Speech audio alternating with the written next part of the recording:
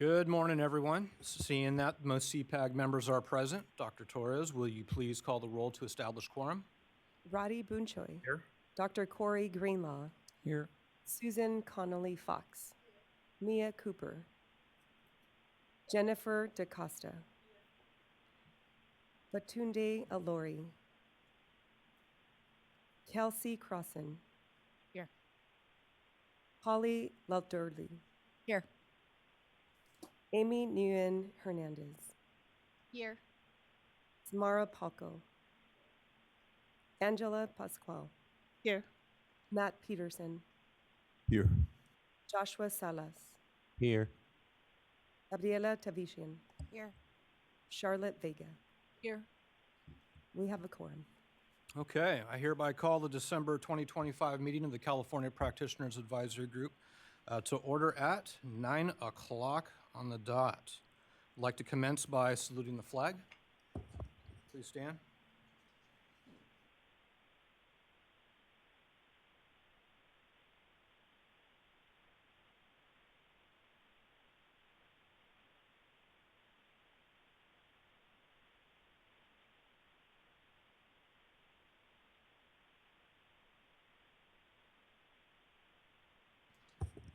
Okay, good morning, everyone. It's been 6 months since we last convened back in June.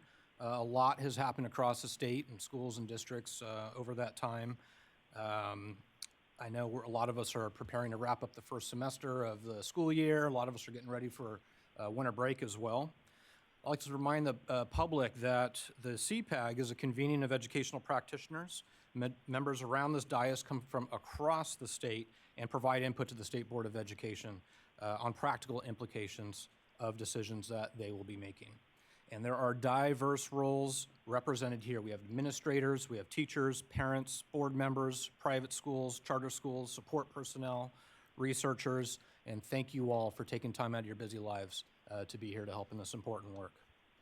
We want to welcome our State Board Liaison, State Board of Education Vice President, Dr. Cynthia Glover-Woods, who is joining us virtually today. Good morning, Dr. Glover-Woods. Thank you for being here. And I also want to welcome Deputy Superintendent of the Student Success and Career Readiness Branch, Dr. Erica Torres, to the dais. Will McGee, who normally joins us on the dais, has been promoted and is now the Deputy Superintendent of a different branch. So we wish him all the best and are grateful for Dr. Torres to support us here. And thank you for the pastries this morning as well. I also announce that this will be my last time leading this group as your chair, as my term on CPAG comes to a close. And we should also recognize Mia Cooper, who is also closing out her time on the CPAG and is sadly not able to be in attendance today. She served on the advisory board since 2021. And although she wasn't here, she did send a message that she wanted to share with the group. I'll read it briefly. It has been an absolute pleasure serving on the CPAG. The experience has brought me so much joy working alongside such dedicated and inspiring individuals. Although I won't be there in person, please know I'll be cheering you on from afar and celebrating all the great work yet to come. Wishing you all continued success and many blessings ahead. Thank you, Mia. It is my pleasure to announce the appointment of a new chair and vice chair to the CPAG. The State Board of Education recently appointed Dr. Corey Greenlaw as CPAG chair beginning in 2026. Congratulations, Corey. And additionally, because Corey is the current vice chair, the SBE has appointed Gabriela Tavitian as his replacement as CPAG vice chair. Congratulations, Gabriela. Beginning next year, Corey and Gabriela will serve as your chair and vice chair. The new chair and vice chair have a lot of work ahead of them, as there are 3 CPAG meetings planned for next year. And you'll see we have a very full agenda today, and to address the volume of work next year, there'll be an additional meeting. Make sure you mark your calendars for March 27th. That's the next meeting. And finally, we will take up item 2 out of order to approve the minutes from June 2025. As a reminder for everyone who may be providing public input, which can be done in person or by phone, members of the public wishing to call in for public comment should view the live stream of the meeting to know at what time public comment will occur for each item. Public comment can be provided during the meeting by dialing the phone number and access code listed on the screen during each item. The operator will notify callers when it is their turn to provide public comment. Public comment will be limited to 1 minute. Please turn down the speaker volume of your computers if you are following the live webcast to avoid an echoing effect. Item 3 is the general public comment item during which members of the public may provide comment on matters that are not specifically listed on the CPAG agenda. That will happen towards the end of our meeting. Okay, we will now take up item 2 to approve the minutes from the June 2025 CPAG meeting. CPAG members, you are provided the link to the draft minutes that are posted on the CPAG website. I will give everyone a few moments to review.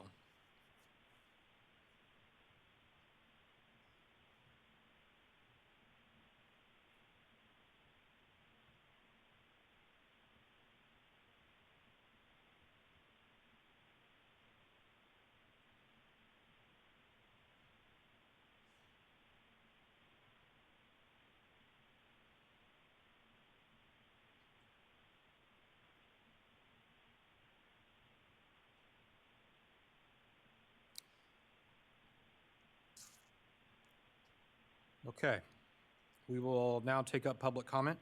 Please put up the public comment slide with the call-in number. Members of the public wishing to provide comment on this item may do so by calling the number on the slide. You'll be notified when it is your time to speak. We encourage you to please state your name and affiliation for the record. Please remember to turn down the speaker volume of your computers if you are following the live feed. Speakers will be limited to 1 minute each. Is there anyone in the room who wishes to make public comment?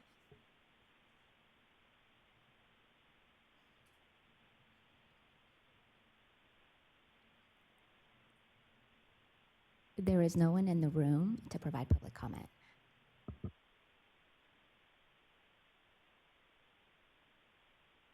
Okay. Is there anyone on the phone?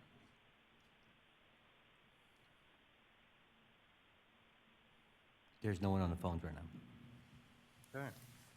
Do I have a motion? I motion to approve the minutes from December. Samara? Do I have a second? We will now hold a roll call vote. Members who are absent in June, please abstain. Dr. Torres, please call the roll. Roddy Boonchoy, Aye. Dr. Corey Greenlaw, Aye. Susan Connolly Fox, Aye. Mia Cooper, Jennifer DaCosta, Aye. Atunde Alori, Kelsey Crossan, Aye. Holly Lovedurley, Abstain. Amy Nguyen Hernandez, Aye. Samara Palco, Aye. Angela Pascual, Abstain.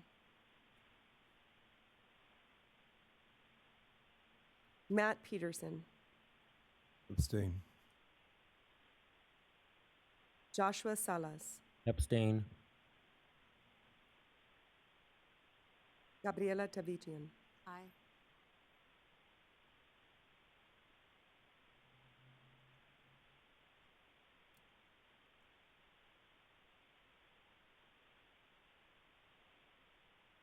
Charlotte Vega, Aye.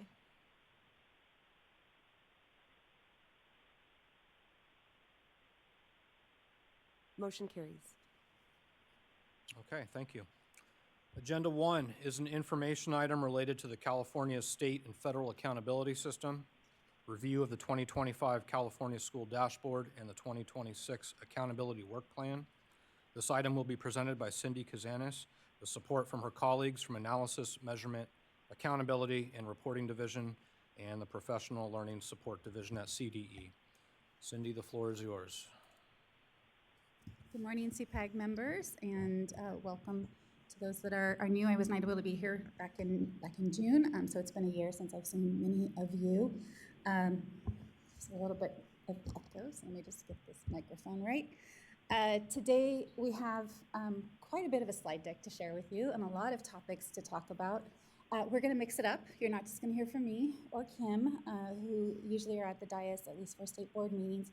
You're going to hear from the team, and the team is representative of actually more people that work not only in this building, but support California schools and districts around accountability metrics for the state of California. I'm gonna, for those of you that like to read the end of the book first, let me tell you the end of the book scenario. We are not talking about differentiated assistance today, as is charged for the board to make updates or address performance categories or performance criteria. That has been outside of the accountability work plan. It will be heard at some point, but just not as part of our materials today. So I just wanted to make sure that you weren't all waiting with bated breath to have a big conversation around DA criteria as a whole. That is absolutely will impact the entire system. But we are here to talk about the individual metrics of the system. We're also here to talk about the great work that California did this past year on the California School Dashboard. And there is quite a story to tell. I am hopeful that you will find the slide deck of interest. Please ask probing questions, as directed by the chair. But let's get started with this slide deck. So as I mentioned, we're going to go over the 2025 dashboard results. We'll talk through the accountability work plan. We're going to be joined by colleagues in another division. We very rarely get guest speakers here, and so delighted to have a couple members from another division talk about the work around the State Seal of a Civic Engagement. They're the program that supports, program office that supports that particular program. And so again, delighted to have them come and join us in the next hour or so. We'll also talk about a couple of next steps, specifically around the state board's action beginning in January around the accountability work plan. And I know you're going to have a third meeting in 2026. And that's not just because of the work, but it's because of the big shift, of course, in the release of results. So we have to get our work done a month earlier. We're collecting data from districts earlier, which means you have to do work earlier as well. And so we'll have another touch point in March and then again in June. So let's get started with our year-end review around the California School Dashboard. I'm going to start with some updates, and then I'm going to transition it to one of my colleagues. So, of course, back in June, I know that this came before you and has come before you for the last several years around science. And science is now a state indicator on the California School Dashboard. We're thrilled to have them join us. We talked to the subject matter experts yesterday. We had a presentation to CISC Science, and it was really well received. If anything, they were a bit surprised by the positive results. There are, of course, places that we'll still need to focus on as a state and as districts and schools, but just a brief overview of the indicator. We're not only taking our California Science Test results, but we take the alternate science results and we combine those into this one score. This is an indicator that is very different because it may only impact one grade at one school. So if you're a K-6 school, it's only your grade 5 students taking this assessment. And if you're a junior high, of course, it's only grade 8. And then in high school, the high schools get to decide when it's appropriate for students to take the assessment. In terms of how we're measuring it, it is measured, of course, differently from our academic indicators for English language arts and math, and the fact that we're using this term called science points. And that was something to make sure it was very distinguished. It's a very different test than the English language arts and mathematics test. It has a different scoring mechanism, and we really wanted to make sure it was distinct. And so that's what the board directed us to do, was to have a new term that we're using, again, science points, and the measurement is from 0 to 100 points. We also, for 2025, for the first time, have brought in status and change, so performance colors. And then if student groups, schools, or districts did not test 95% of their students, there will be a penalty assessed to that group to the point that we get up to 95%. So there's a lot of new things around science, but again, officially on as an indicator. The other thing that the board took action on back in July was around advanced placement. So we've had advanced placement on the college career indicator since the beginning, but only for the assessments. Now we've been able to bring in students who have taken courses, advanced placement courses, and been successful in those courses. So we do see that, you'll see that in the college career indicator, the impact of adding courses and being able to recognize more students And in doing so, of course, recognize what we really measure for college career is the school and district support of our students towards readiness in those spaces. You're going to hear a little bit more about moving into this space for IB and for Cambridge, but this is one for College Career Indicator that is new and wanted to highlight. And with that, I'm going to turn it over to my colleague, Sarah, who will introduce herself and walk through graduation rate. Hello, my name is Sarah Marole, and I'm an education research and evaluation consultant in the Analysis, Measurement, and Accountability Reporting Division. Today, I'll be providing you all with an update on the 2025 California School Dashboard. We'll start with the graduation rate indicator. This indicator is a high school measure that displays the percent of students graduating within 4 or 5 years of starting high school.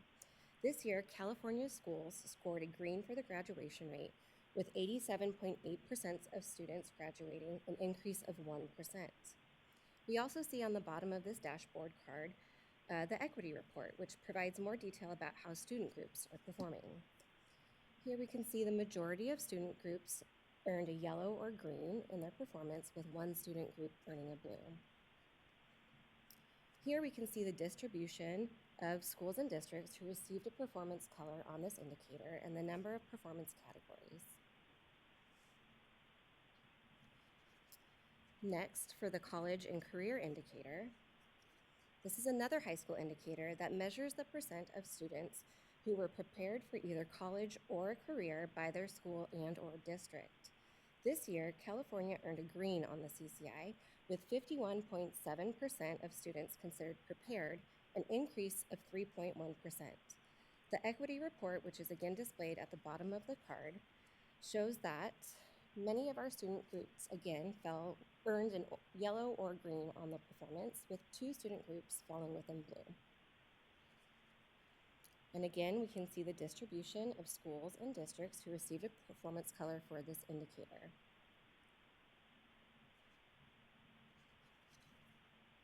Next, for chronic absenteeism, this is an indicator that measures students in grades TK through 8, and it measures the percentage of students who were absent 10% or more of the days they were expected to attend school. The state earned yellow on this indicator, with 17.1% of students being chronically absent, which is a decline of 1.5%. Here we can see the distribution of student groups, with one student group earning a red, the majority earning an orange, 3 student groups earning yellow, 2 student groups earning green, and no student groups falling in blue. Again, we can see the distribution of schools and districts that earned a performance color for this indicator.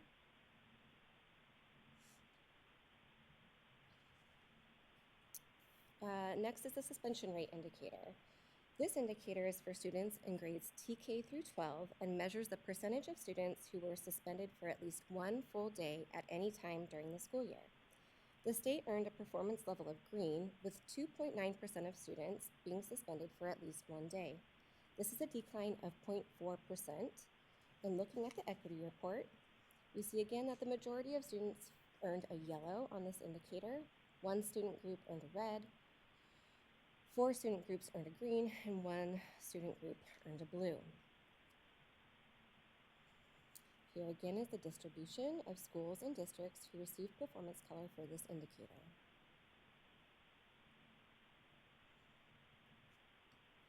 Next is the English Learner Progress Indicator, or the ELPI.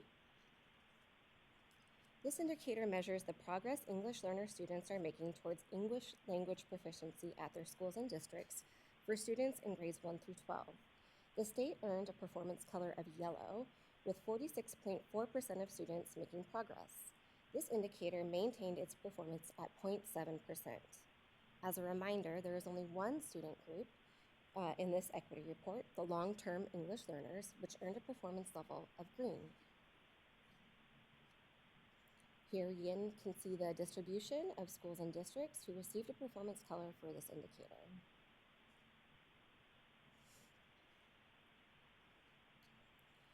Now on to the academic indicators. These display California's performance in English language arts, or ELA, mathematics, and science. We'll start with the ELA indicator. This is an indicator that measures how well students in grade 3 through 8 and grade 11 are performing on assessments in English language arts. The state earned a performance color of yellow, scoring 8.1 points below standard with an increase of 5.1 points this year. When we look at the equity report, we again see that many student groups fell within the orange and yellow range. 2 student groups earned green and 2 student groups earned blue. And here's the distribution of schools and districts who earned a performance color on this indicator.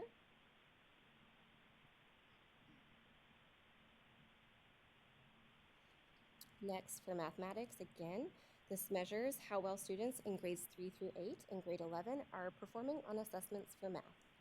The state earned a performance color of yellow, earning 42.2 points below standard with an increase of 5.2 points this year. When looking at the equity report, we see again that the majority of student groups earned an orange or yellow on this indicator, with 3 student groups earning a green and 1 student group earning a blue. Again, the distributions of schools and districts who earned a color on this indicator.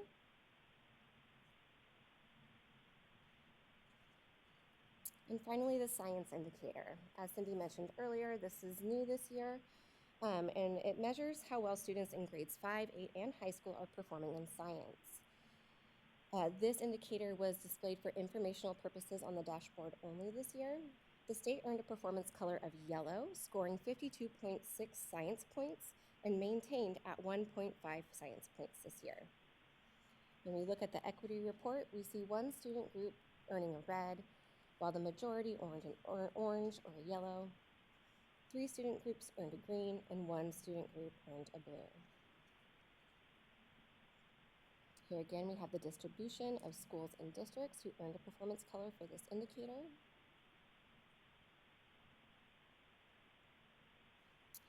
And here it is all summed up in one visual for you all. We are so happy to see that many of our schools improved their scores and all of our indicators are falling within yellow or green this year. I also wanted to take a moment to promote our California School Dashboard. This is a resource that our team works on annually, and we provide updated information to help explain the data reported on the dashboard. There's information for both educators and families available, so we encourage you all to take a look. Are there any questions about the California School Dashboard this year? I don't have a question, but I have a comment. This is the best that it's looked, I think, ever. Other than one time in 2018, ELA was in the green. That's like the better. But as far as how it goes, we're doing pretty good. I mean, we're really happy to see. Better than what we've seen in the past. So that's great. I think it needs to be pointed out and applauded along those lines. Kelsey. I wonder, could you help us make meaning out of the difference between ELA being 8 points below standard and math being 42 points below standard? It seems like a huge difference. I'm wondering if is it the same scale around points? I'll have Kim come up and provide an answer. Kimberly Muntank, Administrator of the Accountability Development and Policy Analysis Unit. So the scale, right, for our CASP assessments, right, is different for English language arts and math, but not vastly different. However, those you can see the scale score distributions through the CASP website, right, for each grade level. They start with a band that goes for a distribution of points, a smaller distribution, and then it obviously increases as the grade levels go on with the maximum distribution of the longitudinal scale around 620 some points, I believe, in grade 11, right? So the bands increase as the grades increase. But the scales are very similar for both the English language arts and math, and that scale is similar as well. However, the standards that we've set for the dashboard and the cut scores for English language arts and math are different. There are different expectations, and the expectations for math, there are wider bands of distribution for the math cut scores because we started at a lower place in math when we set those cut scores than we were in English language arts. So that's where there's variable expectations for those two. Amy? Button. I have a question regarding the chronic absenteeism. So the San Bernardino County, all of us have a advocacy group called SANDABS, and it's comprised of superintendents and board members. One of them brought up that the chronic absenteeism counts against us if a school district is closed for a natural disaster. So we are allowed to get the funding back with the J13, but the days absence, are they included in the chronic absenteeism? No, so any schools that are closed, right, that would not be in your actual student information system as a day of a student is expected to attend. Perfect. So if school is not closed, right, and you're looking through the J13 waiver, those students aren't expected to attend. No one was expected to attend that day. So that would just reduce your denominator of the total days. So a lot of times people have written that it's 18 days a student needs to miss because that is the normal average if we're talking at a school a student was expected to attend 180 days. Correct. So if a student was only enrolled for 160 days, they'd only be expected to attend 160 days. For our schools that have extra long school years, I taught at one of those that had 200 days of expected attendance, right? So that would be our expected days. So it's just based on how many days the student and the school was open and the student was expected to attend. We do it individually for every single student across the entire state. Perfect. Thank you so much. Joshua? Thank you so much. So I know we've made a lot of progress on these last results, but questions about particularly like have foster youth come up as a discussion? Because I've noticed that in the recent results, they appeared in like red and orange across all of our indicators. So it's just curious just about how conversations about that subgroup. I'm right about to go into the local control funding formula eligibility determinations. So I am happy to walk through that and share exactly how those results popped out as well. But yeah, I think there's a reason why Sarah presented those slides and made mention of the specific student groups, not just the number, right, that were in red and orange, but the called out which student groups are looking at that. And that's the point of that equity report, is for all of us to see and know and take notice that there is disparities. And we have groups in red and orange, and we have groups in green and blue, right? That is why we have that. And it's, nobody had to dig in data, right? We were all able to see that number and then go, who is that, and call that out. So I think that's a question to continue to move forward with. So I know Cindy mentioned, talking about LCFF. Obviously, the dashboard results are how we get to identifying schools for support under our state supportive system. State system of support. I apologize. I'm only halfway through my eggnog latte back there. We'll get through this together. So the state system of support has 3 specific levels where we identify annually for assistance for our LEAs across the state. The first level being universal support for all. Everybody receives universal support, and that's the resources that are allocated throughout the state for all of our LEAs. Secondly, what we're talking about today is level 2 support, which we also refer to as differentiated assistance, or if you're a cool kid, DA. And that's the local educational agencies that meet the eligibility criteria that I'll speak to that qualify for additional support. And then level 3 is intensive intervention or direct technical assistance, which we'll talk through as well with the California Collaborative of Educational Excellence, CCEE, that they provide intensive support to our eligible LEAs. And then that final level, which is not a part of the system at the moment, but the state level intervention where the state superintendent can intervene. So differentiated assistance criteria, the key to this right now is that districts and county offices of education are eligible for support if they meet the following criteria. And that is that student group performance that we just discussed at an LEA in 2 or more LCFF state priority areas meets the criteria that we'll talk about. Or performance on the local indicators across an LEA in 2 or more priority areas is not met. And then also we have the magical combination of both local indicators not being met as well as state indicators across priority areas not being met. The eligibility criteria for districts and county offices is 1 year of eligibility. For charter schools, you need to meet eligibility in 2 years in order to be able to qualify for differentiated assistance. How those priority areas and indicators on the dashboard match up is for priority area 1, our local indicator, you not met for 2 or more years on local performance. That is the same for our priority area 2 local indicator, implementation of state academic standards, as well as priority area 3, parent and family engagement. For priority area 4, pupil achievement, this is the priority area that the State Board of Education took action on and modified the differentiated assistance criteria for 2025 identification. So it is now as follows.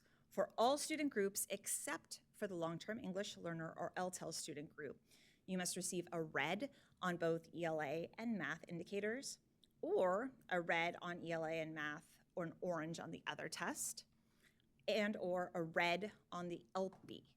For the LTEL student group only, the only entry criteria under priority area 4 for 2025 and beyond is red or orange on the LP. Priority area 5 did not change. That remains red on graduation rate or red on chronic absenteeism. For priority area 6, school climates, red on suspension rate or not meeting the local indicator. For priority area 7, a local indicator as well, not met for 2 or more years on the local performance. And then for priority area 8, outcomes in a broad course of study is red on the college/career indicator for CCI. For our county offices of education, there's 2 additional priority areas with 2 additional local indicators that could qualify them for differentiated assistance for not meeting those for 2 or more years.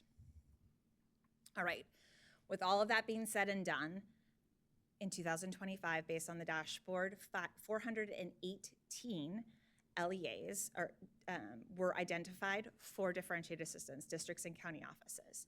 This is a small reduction in the numbers of identification from 2024, and a larger reduction from our highest year in 2022, which was 617, with our very special purple dashboard leading to that. However, this is still an increase over the 2019 identification of 333 LEAs.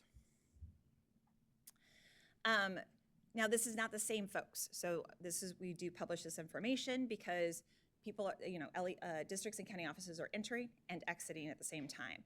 So we had 164 county offices and districts that were no longer eligible, and 69 newly eligible county offices and districts that jumped in for 2025. You can see those same numbers. So it's about 37% of the previously identified county offices and districts made significant progress to exit in 2025. And then the 3 student groups that most frequently identified county offices or districts for support were students with disabilities, then long-term English learners, and then homeless students.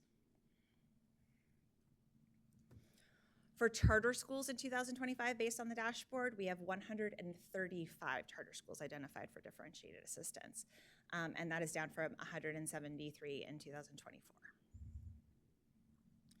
There are 94 of those charter schools were no longer eligible for support after previously being identified for support in 2024, and 67 new joined in 2025.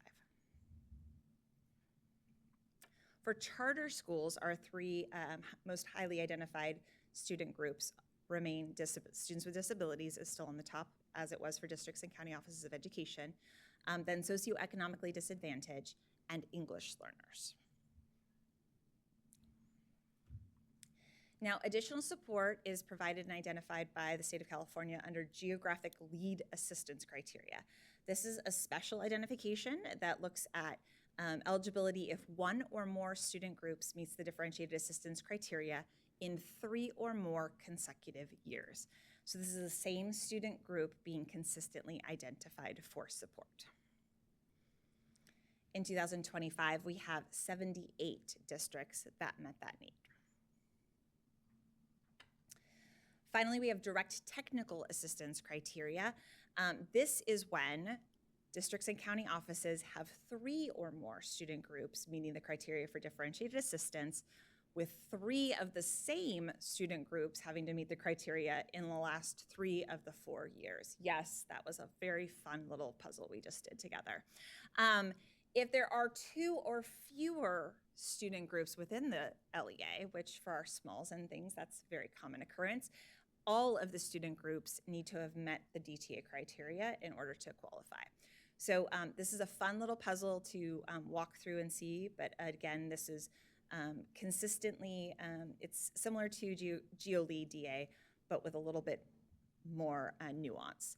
For direct technical assistance, both county offices and districts, as well as charter schools qualify. So in 2024, we have 64 county offices and districts qualifying for that support, as well as 39 charter schools. So additional accountability releases. I'm proud to share that the 2025 dashboard will be complete in 2025. I think this is the first time that everything will be wrapped up in 1 year.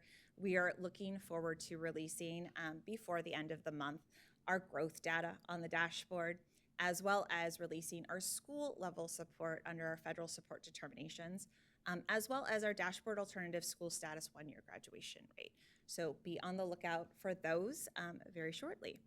And then finally, before I answer any questions around this section, as Cindy mentioned, the State Board of Education has through trailer bill in Assembly Bill 121, a mandate to no later than July 15th, update the performance criteria of taking into consideration the findings and recommendations from the state-funded evaluation of the state's differentiated assistance system and its implementation, and the need to appropriately focus resources and supports where the demonstrated needs are greatest.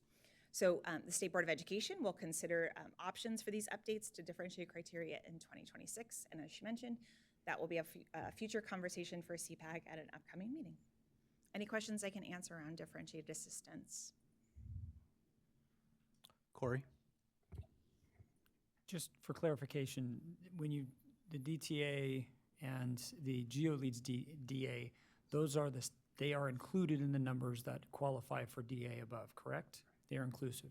And then just and I know you know this, but as a reminder for my colleagues and the public, people who are listening, that yes, those people exited back on slide 45 and 46, that we had 418 that were in, and yes, we had exited, but they are still receiving services due to the 2-year requirement that we have. So the workload has not changed, and we're not receiving funding for that second year. We only receive funding for the first year that they qualify. So counties are still providing the DA services or whatever that is for those in the second year, even though, yes, they've exited technically, they're still receiving services. I mean, I know you know that, but I'm just yes, and it is reflected in our file. We do have for any LEAs that were previously identified but not re-identified. This year, you'll see a year 2 marker in our differentiated assistance file. So that's an easy way to notice those LEAs and charter schools. Thank you, Corey. Samara? Thank you so much for that presentation, so detailed. I just have a question about the charter school increase. Can you talk a little bit about how it jumped from 11 to 39 needing direct technical assistance? So it is, again, we'll walk through this lovely criteria, right? So we're at 3 or more student groups meeting the criteria with 3 of at least the same student groups, right? In 3 out of the last 4 years. So, again, for charters, we might be in the realm because of smaller populations with the 2 or fewer student groups, right, meeting that. So without, knowing exactly who those new additions are, it's how folks have been doing, right, over the past few years, and if there are improvements or not. This year, I will say, overall, right, for the state, we saw yellows and greens. When we, at the school levels, are seeing reds, a lot of them came from chronic absenteeism, from stagnation, just maintain, right? So if you still had a really high chronic absenteeism rate above 20% and you did not improve per the change criteria, that's where reds piled up, I'd say, in the school sense. So that may have contributed in that area, but again, it would need to also be additional priority areas that were triggered, and again, for multiple years. Other questions for DA eligibility?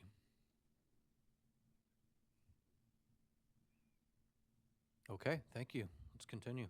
All right. 2025 behind us, 2026 right ahead, right? We are ambitiously walking into 2026 with our continuous improvement of our accountability system and the dashboard. And this annual review of all of our work and what we look forward to doing with the board and moving forward is now, I mean, I think when we started this, we were like, oh, how novel. And I think it's a wonderful pattern for us to all engage in reviewing. And that's your help today. All of the feedback will inform the board's setting, and establishing an approval of this work plan. So please feel free to, share any comments you have about, is this work we should be pursuing and moving forward with? Support, yays, right? Thumbs up, we'll take them to walk through. Because we have a very ambitious schedule to get everything approved by the July meeting. Today, we're going to walk through all of the following things, and all year in 2026, we'll be working on all of the following things, which are inclusive of, please let me read through all of them, and then we'll get into them individually. Student level growth model for grades 4 through 8 in English, language arts, and mathematics as full indicators. The science indicator, college/career indicator, application-based dashboard alternative school status or DAS, priority 1 teacher assignment data, long-term English learner student group, participation rate for academic indicators in science, modifications of academic indicator language, the release plan for the 2026 dashboard, and the Every Student Succeeds Act state plan. This is all that could fit here in our lovely Arial size 12 font, right? To walk through, so we'll obviously be getting into the details with everyone as we walk through these pieces.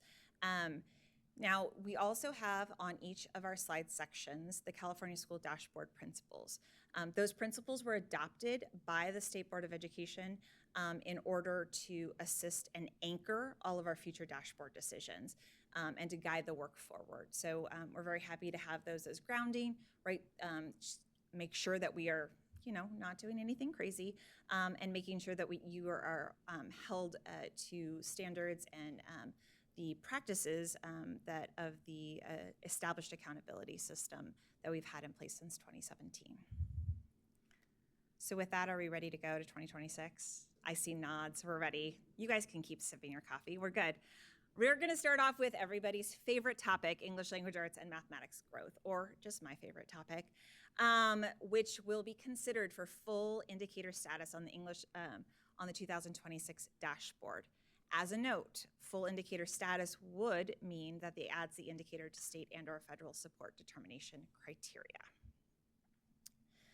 This work aligns with the dashboard principles 2, 4, 5, 8, and 11. And just to take you back a little bit, we have obviously been continuously working on the growth for the dashboard specifically since 2016. If we talk to anyone out in the street in education world, we always say we've been working on student growth for most of this current, I'd say 2001. I think we found an email back from somewhere the other day that's sitting on my desk. Cindy printed out. She's like, I thought you'd like this one. We have a long history of trying to incorporate this work into the state of the state system, and I think we're right there. And when I say right there, literally, it will be coming out at the end of this month. In 2016, 2018, the State Board of Education and the department worked hand in hand with our educational testing service vendors to be able to create a model of growth and accurately measure student achievement from year over year on their test scores and incorporate that into our accountability system. This is obviously based when those CASP assessments were brand sparkling new, and worked hard to be able to integrate that immediately into the brand new accountability system. Unfortunately, this is where we found out, and why science is important, is when you look at certain things, and even though you want them really, really badly, sometimes they don't work out. And we discovered that there was extreme instability within the growth measurements that we were considering. And so California made the decision to pause the integration of that, take a step back, see what we could do, if we could reconsider our options, and maybe adopt something different, and or see if we could fix things. And we're very happy that ETS was able to fix things. They found a technical solution that allows for us to take care of the instability in the year-over-year growth within students. And that addition of a third year of test scores from our assessment information allows us to move forward with the adoption of the growth model as intended by the state board. So they adopted that in May of 2021, but with a caveat that we needed to wait for 3 full years of data in order to be able to implement that. So with testing resumed after COVID, we were able to announce that our first year of growth would be the 2023-24 administration of the CASP. Therefore, in January of this year, we released the growth information with those 3 years of test information and growth scores on the dashboard. So we updated all the dashboard in following the 2024 dashboard release with school, district, and student group growth information for the purposes of assisting the State Board of Education to adopt and set performance standards for that growth. So that release was supported with a growth webpage with an explanation and resources for the student level growth model, as well as a robust frequently asked questions and answers section also on student growth. In May, the State Board took action and approved those growth category performance levels. So that was both the levels and the cut scores for those. And very, very soon, we'll be releasing the ELA and math growth performance levels using data from 2022, 23, 23, 24, and the 2024, 25 CASP cycles on the dashboard, as well as, very popularly, a downloadable file for everyone to have and access. So therefore, in 2026, our work plan is as suggested. In January, we will present our accountability plan for approval, which hopefully the State Board walks through and check marks that. We will come back to you in March for any discussions. In May, at the State Board of Education meeting, they will consider full state indicator status for English language arts and math growth. And then the July meeting would incorporate any decisions into the revised criteria for state assistance determinations. If you have any questions around our growth work plan? Susan? Thank you. I'm a little bit confused. So will this be an additional item on the dashboard, or will this replace the current distance from standard indicator? So the English language arts and mathematic academic indicators remain on the dashboard. So status and change that helps assist us getting a performance level and color for those will remain the same. Currently on the dashboard, and you can click through and check it out, the English language arts and math growth are separate. And they do not have a 5x5 chart as the other indicators do. They simply have a growth performance category. So these would be additional indicators that would be adopted by the board as full indicators. Presently, they are for informational purposes only. And those would only include 4th through 8th grade on these additional indicators, so not 11th or 3rd? Correct. They would only include performance from students in grades 4 through 8 on the CASP. Or rather on the SBAC. They would not include any of our alternative assessment takers either. This would only include the standard assessment. Okay, thank you. Corey? And only include those that we have 2 years worth of data that we can match. Students 3 years who have students who have a prior test score will all be included. Okay. I think it would behoove, as we're advising the state board, a good, clear justification for why we have data that could now be considered a double ding, per se, because we're using the same data for ELA, and I understand it's different, I get it, on the dashboard to be able to double ding these districts with ELA and math. With the same data, now we're going to be doing the same thing with a growth model. So if you're struggling in ELA and math on one, you're going to also be dinged on those. There needs to be justification and conversation about why that is necessary. For a researcher, interesting, but the practical application as an administrator who's trying to run a school, I'm not so sure where that value comes in. So some of that conversation needs to happen. Also, to really emphasize the point that was made by my colleague, 4th through 8th does not represent 13 grades. It represents 5 grades. And so to say that this is a statement about a district or a student group for this entire span of grades, it is not accurate. And it needs to be really clear to the public when they're judging my schools, my districts, and the rest, my performance in there. That just needs to be something that needs to be kind of shouted from the rooftops. And we really need to be clear about what that means, because it does not mean my whole district. It means these grades for the kids I have who actually took the test that I tested on for this amount of time. I mean, you know all these things, but I'm just, as the state board considers this needs to be into their record. That needs to be part of their conversation to really be clear about it, because it's interesting, but I'm still missing the necessary part. I'm just missing why it has to be an indicator on the dashboard. I just don't see it. And in my colleagues that we talk with, they're also kind of expressing some of those concerns. Angela. I can speak. I agree with some of your points that you made, but also I think there is a need to celebrate the growth that the teachers who have been working and maybe their school sites are not showing up on the dashboard as proficient in the blue or the green. That growth model does speak to the public that there has been some significant growth in ELA and math that is not already being conveyed to the public.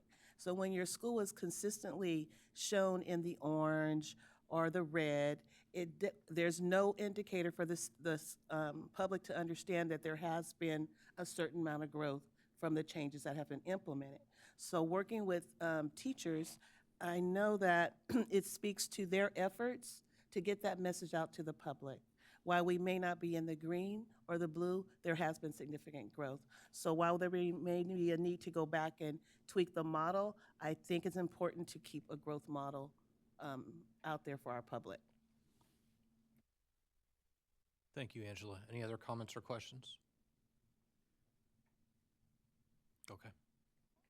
Thank you very much. All right, I have one more, and then I will turn it over to another one of my colleagues.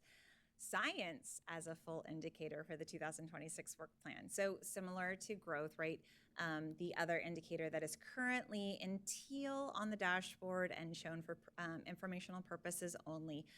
Our 2026 work plan has the State Board of Education evaluating its status as a full indicator as well. This aligns with principles 5, 8, and 11. So similarly to science, I mean, you know, growth got all these highlights, but we've been working on science for quite a while as well, right? With the first operational test happening back in 2018. The board actually brought up for discussion right before all of us went into hiding at their March meeting in 2020, the timeline for the potential incorporation of science into the dashboard and what that would look like. In 2022, CDE came back to the board in March with an update on the feasibility of adding the science results and when that could happen due to updates and changes to the science test itself and the revised blueprints. So there's some, updates and changes on the test. So we wanted to make sure that we had valid and reliable data to move forward with evaluating science for the dashboard. And then in September of 2022, the State Board of Education added a direct link from our dashboard to the science results on the CASP website. That was the first time we had done something like that, but the board wanted to show that their intentions were true, what they started the conversations with in 2020, that they were wanted to add science to the dashboard in some way. The link continued, obviously for the first time on our December 2022 dashboard, and then as well in 2023. And then in July of 2024, the board approved a metric to measure science on the dashboard and included the addition of a participation rate, as well as how we would measure science performance in high school due to the fun of administering it once during high school, which is a little bit different, right, than our annual test taking for our other tests for all of our other grades. In November of 2024, the science indicator was published on the 2024 dashboard with status and change, but no color, and it was just presented for informational purposes only. At the May 2025 State Board of Education meeting, the board approved the following pieces of the science indicator: the status cut points, the change cut points, as well as a balanced color scheme for the 5x5 color grid. We also adopted the term science points and changed the measurement for the indicator to be science points instead of distance from standard, which was present on the 2024 dashboard. Therefore, our work plan as proposed to the State Board of Education in January will be that we present, obviously, the work plan. We come back to you in March with some information. In May, the State Board will consider full indicator status for the science indicator, and then any implications of that decision will be discussed at the July 2026 board meeting for any revision to state assistance determinations. Any questions about our work plan for science? Kelsey? I was just wondering, given this timeline, if your team is modeling both the inclusion of the science indicator for revising the DA criteria for July, like doing the modeling both with science and without, not knowing how the board will decide to move.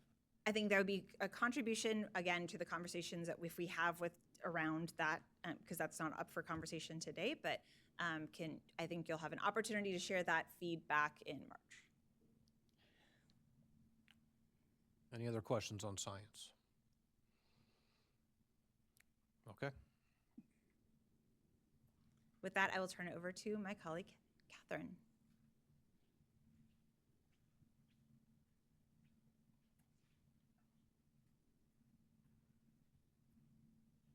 All right, good morning, everyone. Thanks for having us today. My name is Catherine Morrissey, and I'm an Education Research and Evaluations Consultant with the Accountability Development and Policy Analysis Unit. And I get to talk to you today about the College Career Indicator, or the CCI work plan. So I'll start by kind of outlining what the plan is, and then I'll go into a little bit more detail.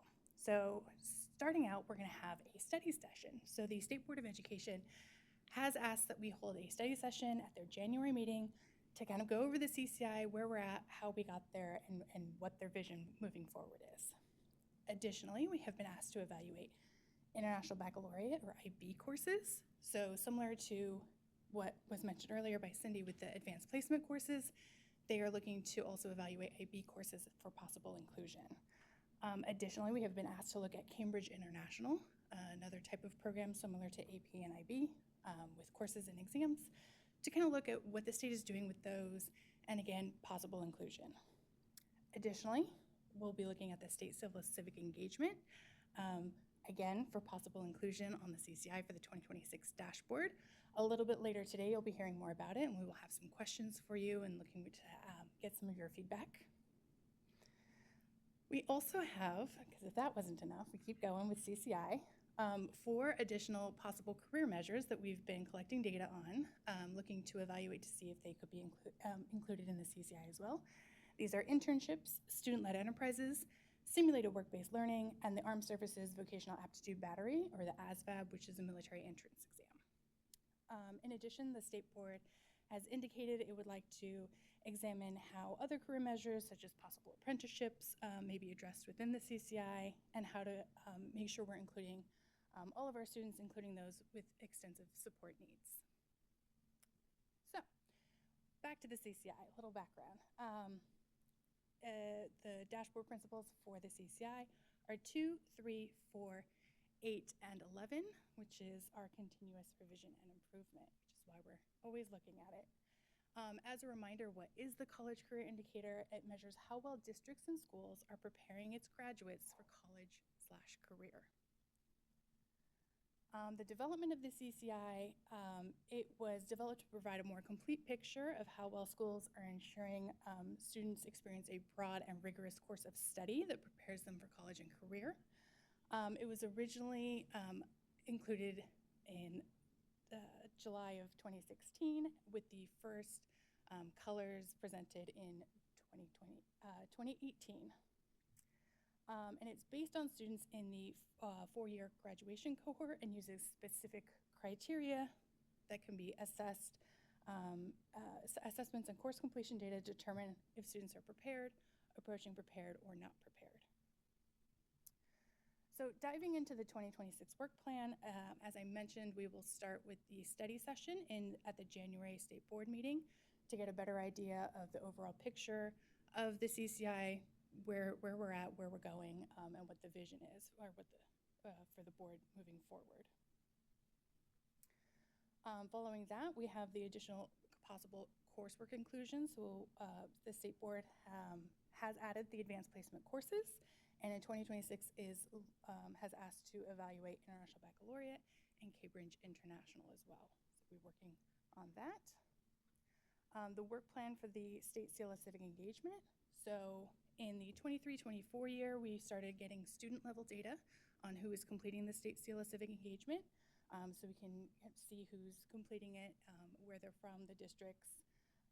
So we have more reliable data, and the board will look to include it and has asked us to consider some options for how it could be added to the CCI, which is where we will do a little session with you a little bit later and get some feedback from you on that.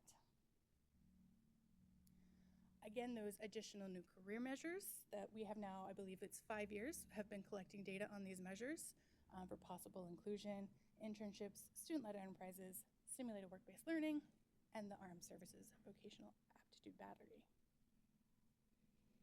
And so what is that going to look like? There's a lot on that list. So in January, we will go to the board for our work plan approval and also have that study session. At the March State Board, we will be presenting on if they would like to adopt the State Seal of Civic Engagement into the CCI for 2026 and those additional career measures. We will be coming back to you with some more information and data on some of the course information. And in our May State Board of Education, we'll be considering the inclusion of the IB and Cambridge International. And that is our CCI work plan. Questions for now? Susan. Hi, I'm wondering about the fairness to include some of these CCI and accountability determinations, knowing that all students don't have the same access to these opportunities to engage in certain programs. I'm just thinking from my perspective as a community school administrator, where my students are with us for about 2 semesters and then they go back to their comprehensive high school.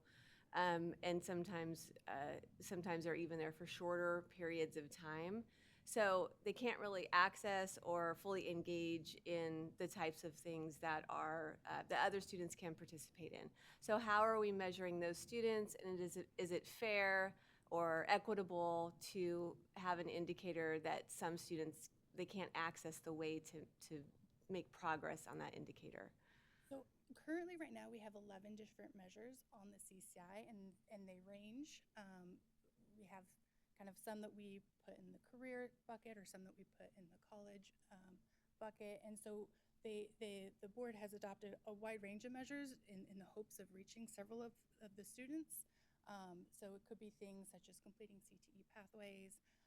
It is test scores. It is AP courses. It is a lot of state and federal jobs programs. So they do have a lot of options, and they are looking to expand those. So I think that is part of what what the board has been asked to do, is look to expand and see how we can make sure that all students have access to a broad and rigorous course of study. Jenny? So the combination for the CCI indicator, right, like right now, you can do a few things and then you meet it. So would the AP and IB kind of stay within that same area, so it wouldn't impact those schools that don't offer? Right, so to be prepared for a school or LEA to have prepared a student for the CCI, the student only has to complete one of the measures, right? It doesn't have to be in multiple categories. It is just one measure. So we have 11 currently, and it would only be one of those 11 measures, yes. And so like when the AP course at work was adopted, it is now complete 2 AP exams with a score of 3 or higher, complete 2 AP courses with a grade of C- or better, or 1 exam and 1 course in different subjects. Corey? Has there been any conversation about this, the CDE's focus on this portrait of a graduate? And that's going to, like, State Board of Education, that they're looking at kind of developing something. Has that been discussed or anything? And if not, it's okay. I don't want to push hard on that, but I'm just wondering. No, that work's being done by the State Board of Education themselves, and the department has not been directly involved with that work. So that wouldn't be part of this indicator later on?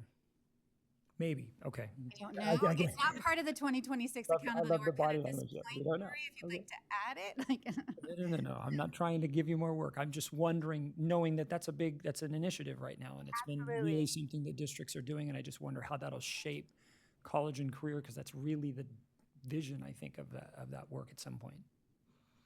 Maybe. as you can probably see from the complexity that Catherine's just described, that there's a lot of nuances to this indicator. There's been, there's not a sordid history, but there's a history to this indicator where we've tried to add things in that address our juvenile court community, our county community schools. We've tried to make it meet all of the various needs. This is one that just hasn't yet arrived, right? It's an idea.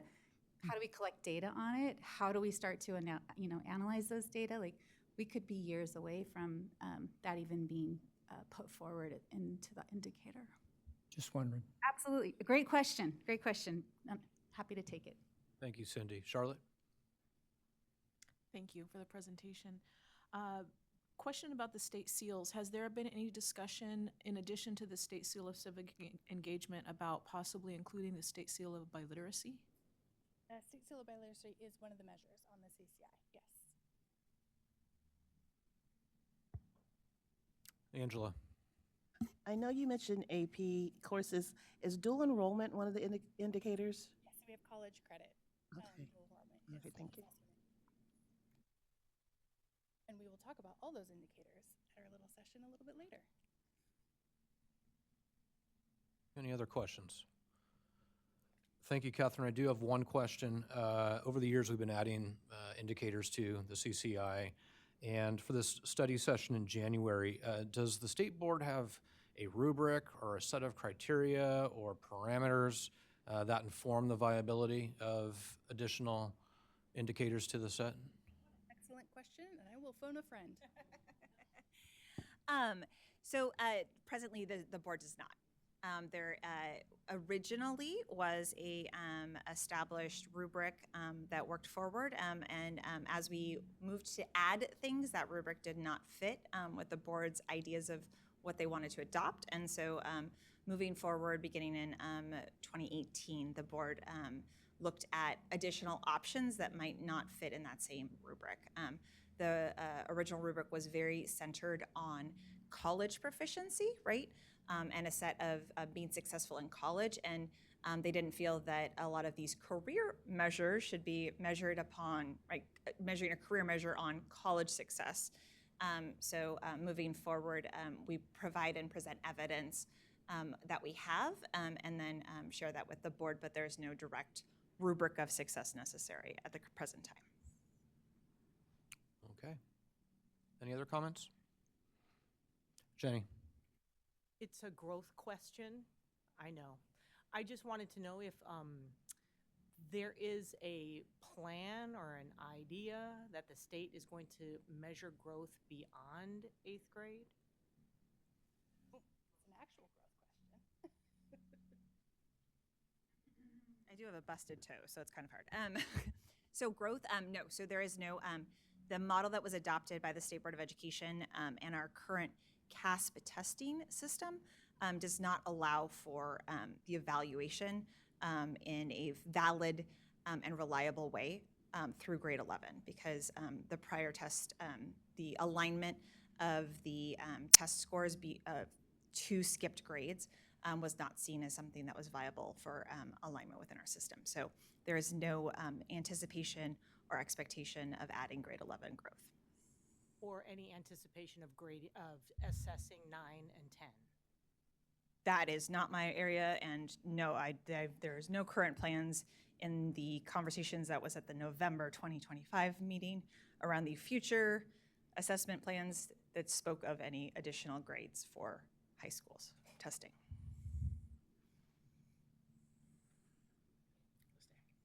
Any other questions? Okay, thank you. Later.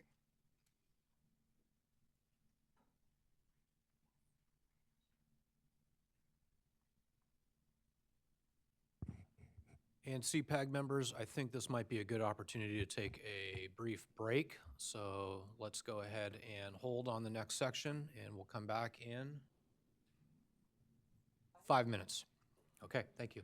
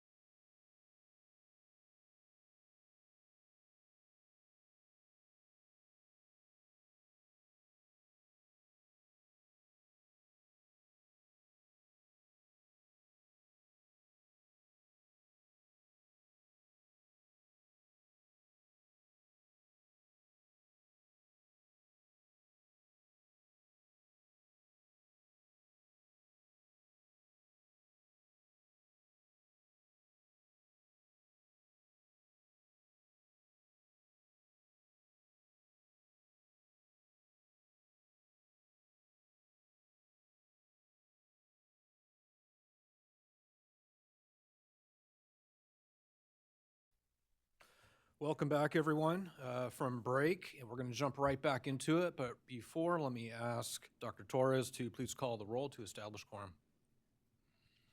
Roddy Bunchoy. Here. Dr. Corey Greenlaw. Here. Susan Connolly Fox. Here. Mia Cooper. Jennifer DaCosta. Here. Batunde Alori. Kelsey Crossan. Here. Holly Laderley. Here. Amy Nguyen Hernandez. Here. Samara Palko. Angela Pascual. Here. Matt Patterson. Here. Joshua Salas. Here. Gabriela Tavichian. Here. Charlotte Vega. Here. We have quorum. Thank you, and let's continue.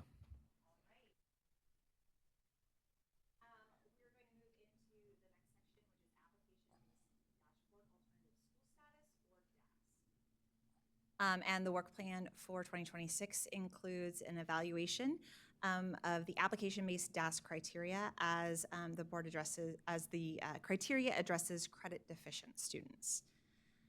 The principles specifically for this section of the work plan are principles 4, 8, and 11.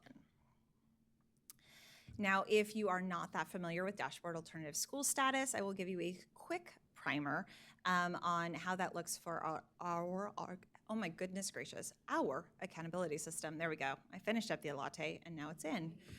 California Education Code Section 52052G requires that the state superintendent of public instruction, with the approval of the State Board of Education, develops an alternative accountability system for schools that serve a large percentage of high-risk students. What that looks like within the state of California is as follows. First, we have an education code-based DAS, which is in statute. The education code identifies specific types of schools as alternative. For example, juvenile court, court community day, etc., that automatically are eligible to participate in alternative school accountability. Additionally, education code sets out that the state board of, that the superintendent of public instruction can manage an application-based system for charter schools and alternative schools of choice to be involved and identified within that same alternative school system. So alternative schools that are not included in the education code are those that we're talking about with application-based DAS. So this definition began long before the current accountability system existed in 2003. And the first adoption of the definition for these alternative schools eligible for inclusion through application included the following. Alternative schools of choice and charter schools in which 70% of the school's total enrollment is composed of the following high-risk groups: expelled, suspended, wards of the court, pregnant and or parenting, recovered dropouts, habitually truant or habitually insubordinate and disorderly, and retained more than once in kindergarten through grade 8. In 2017, there were updates made to the application-based DAS system as we onboarded the new 2017 dashboard. So in July, additionally, the State Board adopted the following criteria for application-based DAS.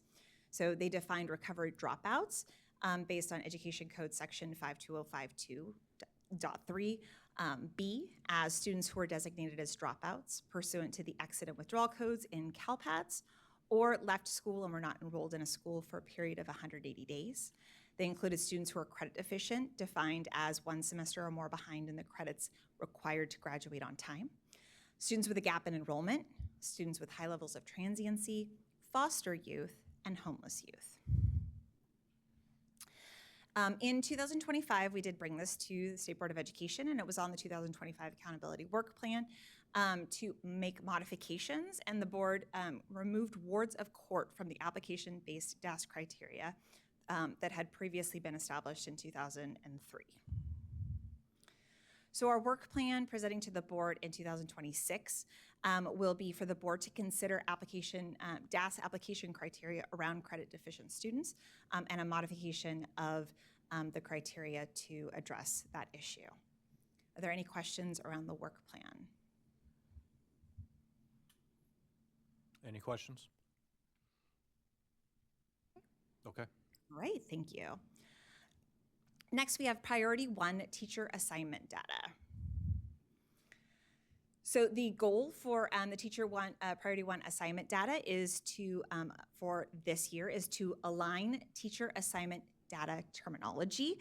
So that would be across our school accountability report cards, or SARCs, which my team was also in charge of, as well as the teacher assignment monitoring outcomes report to ensure that data terms are aligned and accessible to the public.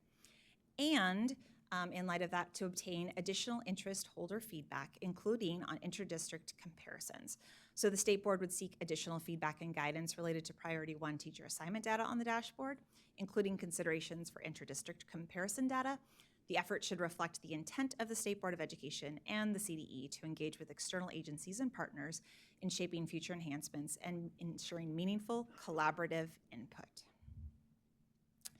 This part of the work plan is guided by principles 8, 9, 10, and 11. And just by way of a little bit of background for this one, in 2023, the State Board of Education approved the display of the 2021-22 Teacher Assignment Monitoring Outcomes, or TAMO data, as a self-reflection tool on the dashboard as part of Priority 1. And at the July 2025 meeting, the State Board approved modifications on Priority 1 to adopt a new dashboard card that is displayed on each school and LEA dashboard landing page titled Teacher Assignments, and displays this TAMO data more prominently on the dashboard. And you can see that available on all school and district web pages today. So the work plan is as follows for this year. In January, the work plan will be approved. In March, the State Board of Education will seek that feedback and consider modifications to the Priority 1 teacher assignment data on the dashboard, inclusive of the terminology and options for interdistrict comparison data. The March CPAG meeting will be presented for additional opportunities for feedback, and then the State Board will consider the adoption of those modifications at its May 2026 meeting. Are there any questions around Priority 1 teacher assignment monitoring data outcomes per the work plan? Susan. Hi, I'm just wondering about the why of this. Why is it important to have this additional information? The board has urged to be able to, through education code, to reflect the outcomes appropriately per education code. Will there still be, or will you continue to have a narrative box for districts or LEAs that have some extenuating circumstances that need to explain their data? So if you are not aware, we have 2 lovely narrative boxes available on the dashboard. The first is on the main page of the dashboard that allows any LEA to share anything they'd like to. We haven't caught anybody share anything bad yet, so they can share celebrations, links to other things on their main dashboard, and that allows LEAs to engage with their communities that way. We have an additional narrative box from a request from the field on the teacher assignment monitoring outcomes page under Priority 1 that allows LEAs to walk through and share any circumstances specific to the outcomes that are being reflected, and allow them to explain, understand, and what the data that's available there. At this time, there's no part of this work plan that intends to remove that box moving forward, but we'll make sure in the feedback that's available at the March meeting to make sure that that's, share that if that's something you'd like to continue and is helpful. How do you see this data supporting an LEA's continuous improvement?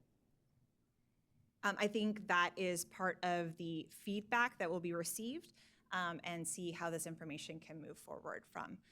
As presently, right, it is required for us to implement and use on our school accountability report cards, right, and be reported there. So bringing it to the dashboard is duplicative, right, from that same spot. And so I think that's part of the conversations that the board will be engaged in moving forward. Thank you. Thank you, Susan. Corey? So I don't know if this is necessarily a question for you, Kim. This is just feedback for the board from me as a CPAG member, is just going in as they consider this idea and thinking that you're saying they're seeking feedback for this intra-district comparisons, and I don't I don't know why. I don't understand the utility of those comparisons, and they should really make sure that as they're having those conversations, discussing and thinking about it, that they give their reasoning behind it. We know context matters and why and who we choose as teachers and what they're there and how they're using them and the availability. In my county, which is Fresno, some districts are able to find some teachers to be able to serve this unique populations of students that are there. And some of my rurals are not, because they, regardless of what we do, how much we pay, how far we reach out, we just can't get some that we need. Now, I'm not saying that there's an excuse, but I'm saying that context matters in our comparisons. So now if I'm saying I'm better than Lenox School District here because I can get them, and my school district is an area that's highly desirable, that's not a useful comparison, because so we have to really justify the thinking behind what those comparisons are supposed to be about. I am not saying we don't have transparency. Please don't jump on me about that. That's not what I'm saying. I'm just saying that as you do these and you put these in places that become very public and visible, that justification needs to be clarified and justified in what we're actually doing. So if they're looking at those, we have to really be thoughtful about what that looks like in the context of declining enrollment, of challenges that are in some of our rural or less desirable, I don't want to say desirable, but places that are harder to hire teachers in. It's not desirable. Those are realities. And so the board, in their consideration, must consider that. They must justify it, and they have to talk about it, because that's really important for us to consider. Thank you for that feedback, Corey.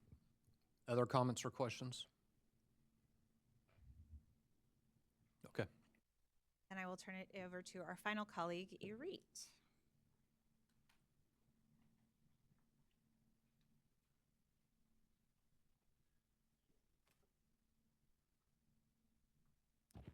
Hello, can you hear me first of all? Good.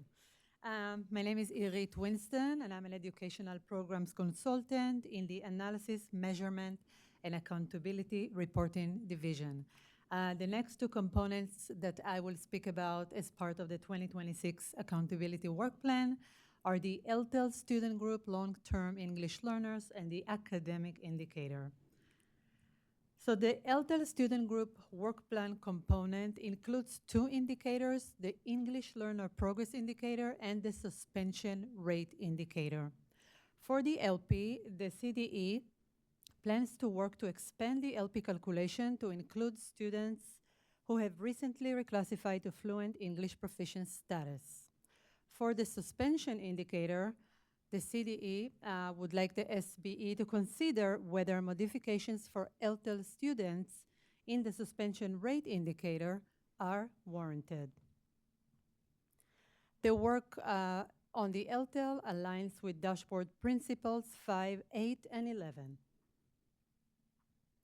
So the first time the LTEL student group were included in the dashboard was on the 2024 dashboard.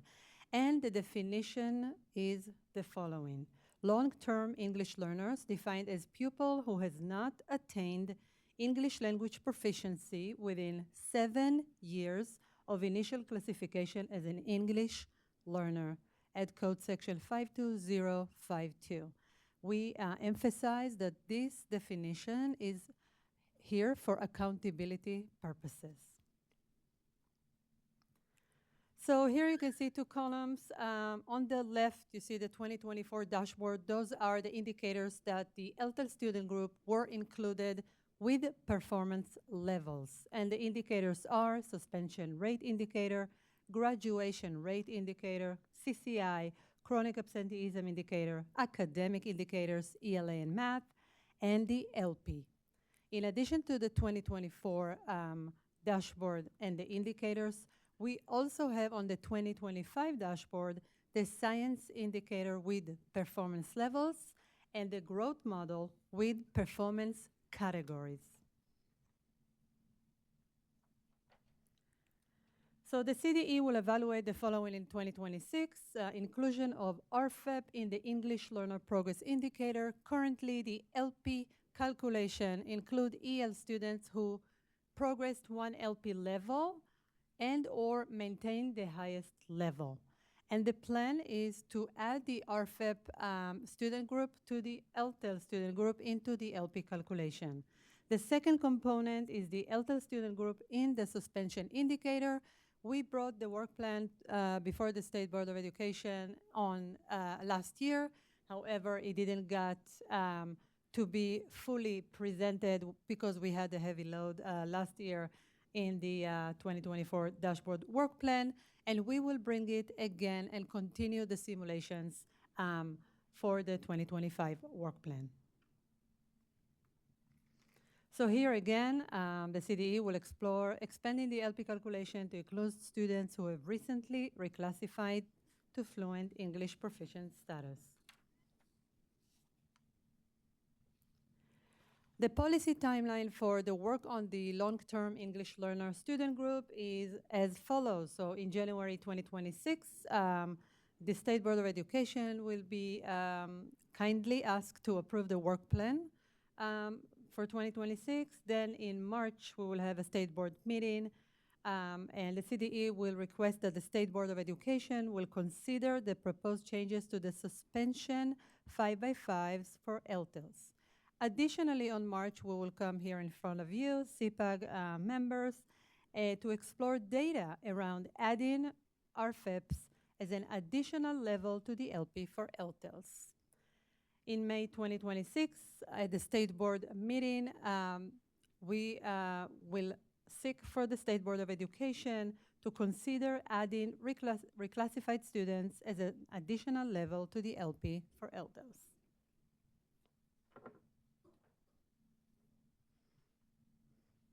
So the next component within the 2026 work plan is the participation rate for academic indicators and science.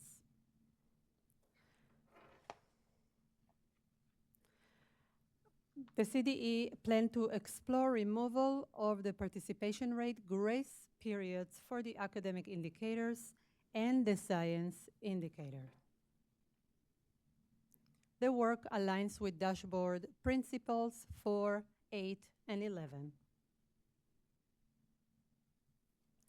So we incorporate participation rate penalty for schools, districts, and student groups that fails to meet the 95%. This is a federal requirement to include 95% of all students. In 2018, we implemented grace periods due to the need then to allow time with the testing process. For example, move laptops from class to class, which is in most cases do not exist anymore today. These grace periods are relatively long. Time has changed, and schools and districts are able to test students in specific times, and they do it quick because there's available services for each student. Therefore, the CDE will go back to look at the validity and reliability of these grace periods. And the policy timeline for grace periods is as follows. So in January 2026, we will request the State Board of Education to approve the work plan for academic indicator. And on March 2026, the State Board of Education will consider the proposed changes for the participation rate grace periods. A second component of the academic indicator is Can we just pause for a moment, see if there are any questions? CPAG members, we've covered LTELs and participation rates. Any comments, questions from those two categories? Jenny? Regarding the grace period, is it a complete removal of the grace period or an adjustment of the grace period? It would be a removal of the grace periods. Thank you, Jenny. Corey? So remind me, if the removal of the grace periods, what we're saying is that the addition or the use of the grace periods is a negligible impact on participation. Is that what we're hearing? Incredibly negligible, yes. And so it takes more time to kind of figure this out and do the calculation. And so the benefit that they have is just not really impacting enough to be able to, for the workload that it takes to be able to put those in, if I'm correct. Additionally, the impact to the field in understanding and or attempting to maneuver or understand and what goes on and what is happening with all of that is an added burden that doesn't seem to be worth any of the weight that it is impeding upon the field at this point. Thank you. Jenny? Just concerned about the chronic absenteeism piece.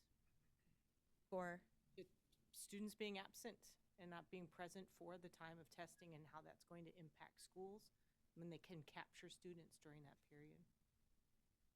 So that would have no impact on this. So no. So I'm this, talking about the grace period of giving the assessment.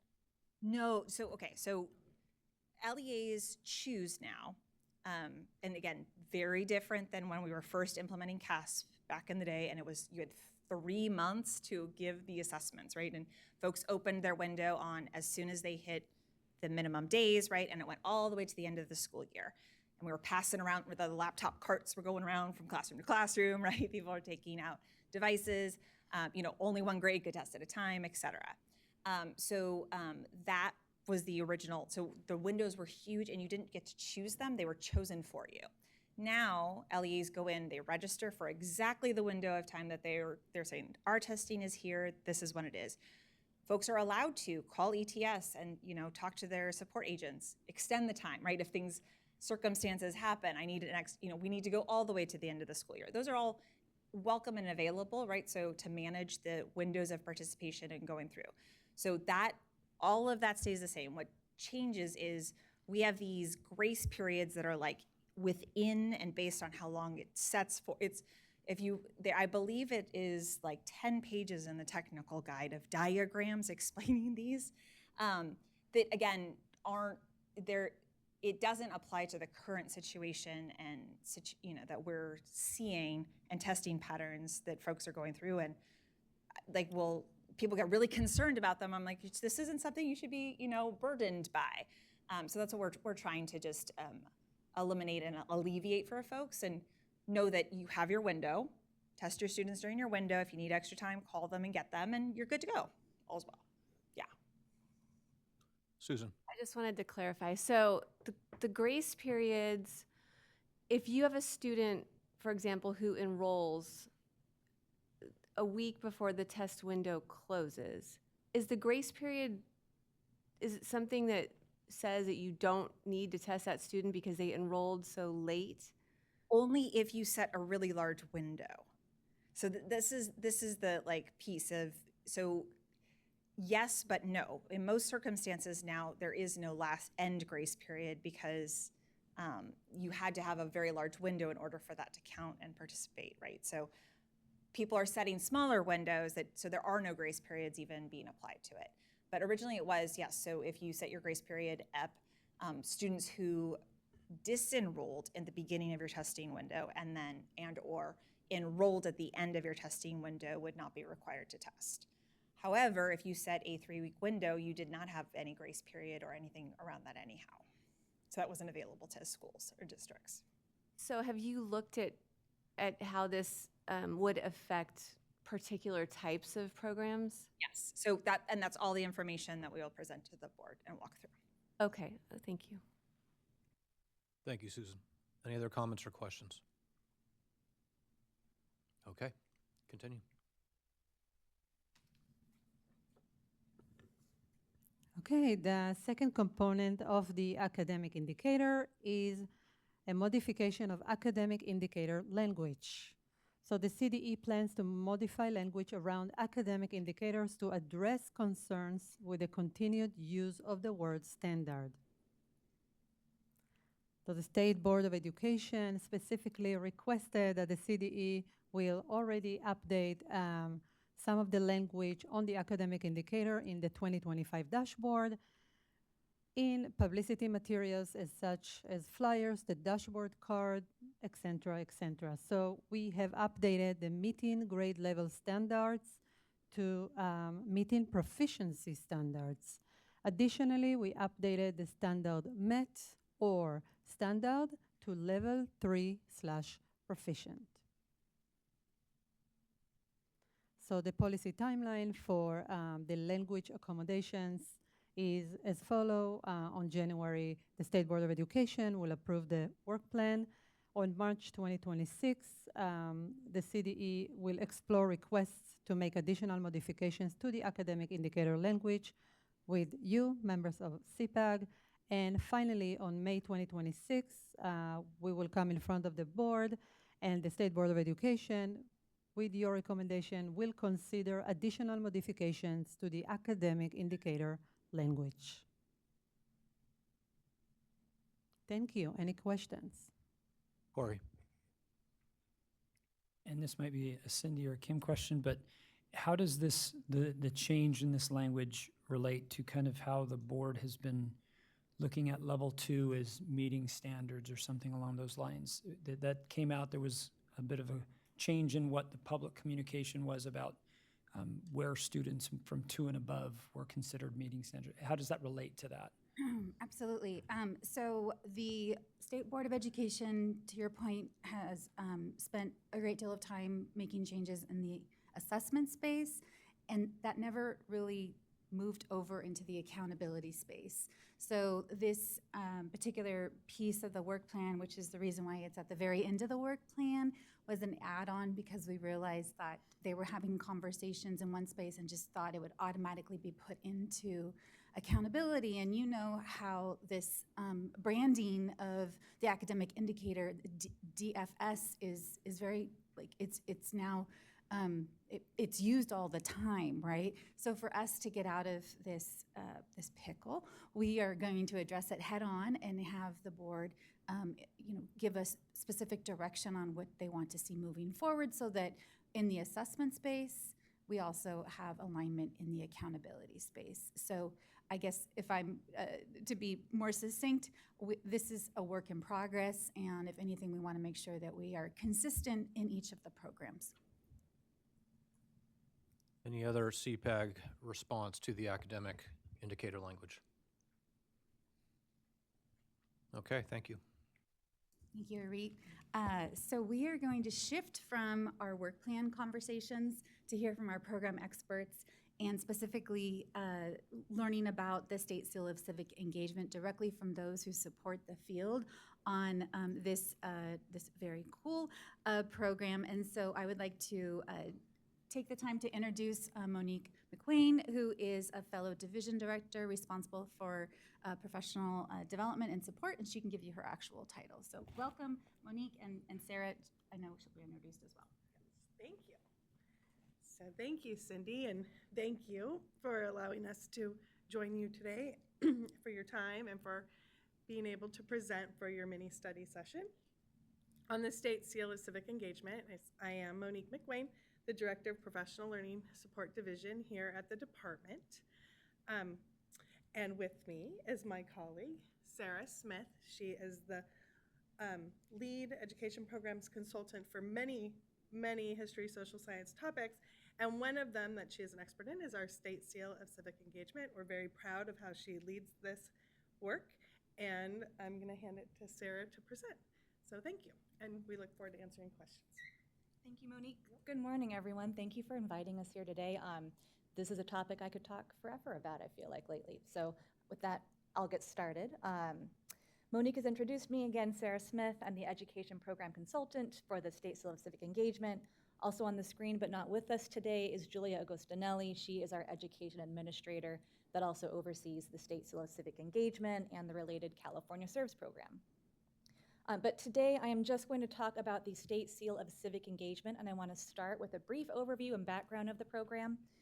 This comes from California Education Code sections 51470 to 51474. This directed the State Superintendent of Public Instruction to develop and the State Board of Education to adopt a set of statewide criteria for awarding the State Seal of Civic Engagement. So this statewide criteria was adopted in September of 2020. We went ahead and began implementing the State Seal during that 2020-2021 school year. So that was the first year that we collected insignia requests. That process allows us to collect statewide data. So that includes the total number of insignia requests, participating LEAs, and then insignia distribution among eligible documents, which I'll talk about in just a bit. Individual student data collection for the state seal was planned originally for 2021-22, but that was paused until 23-24 to allow CalPADS to undergo a re-architecture of its infrastructure.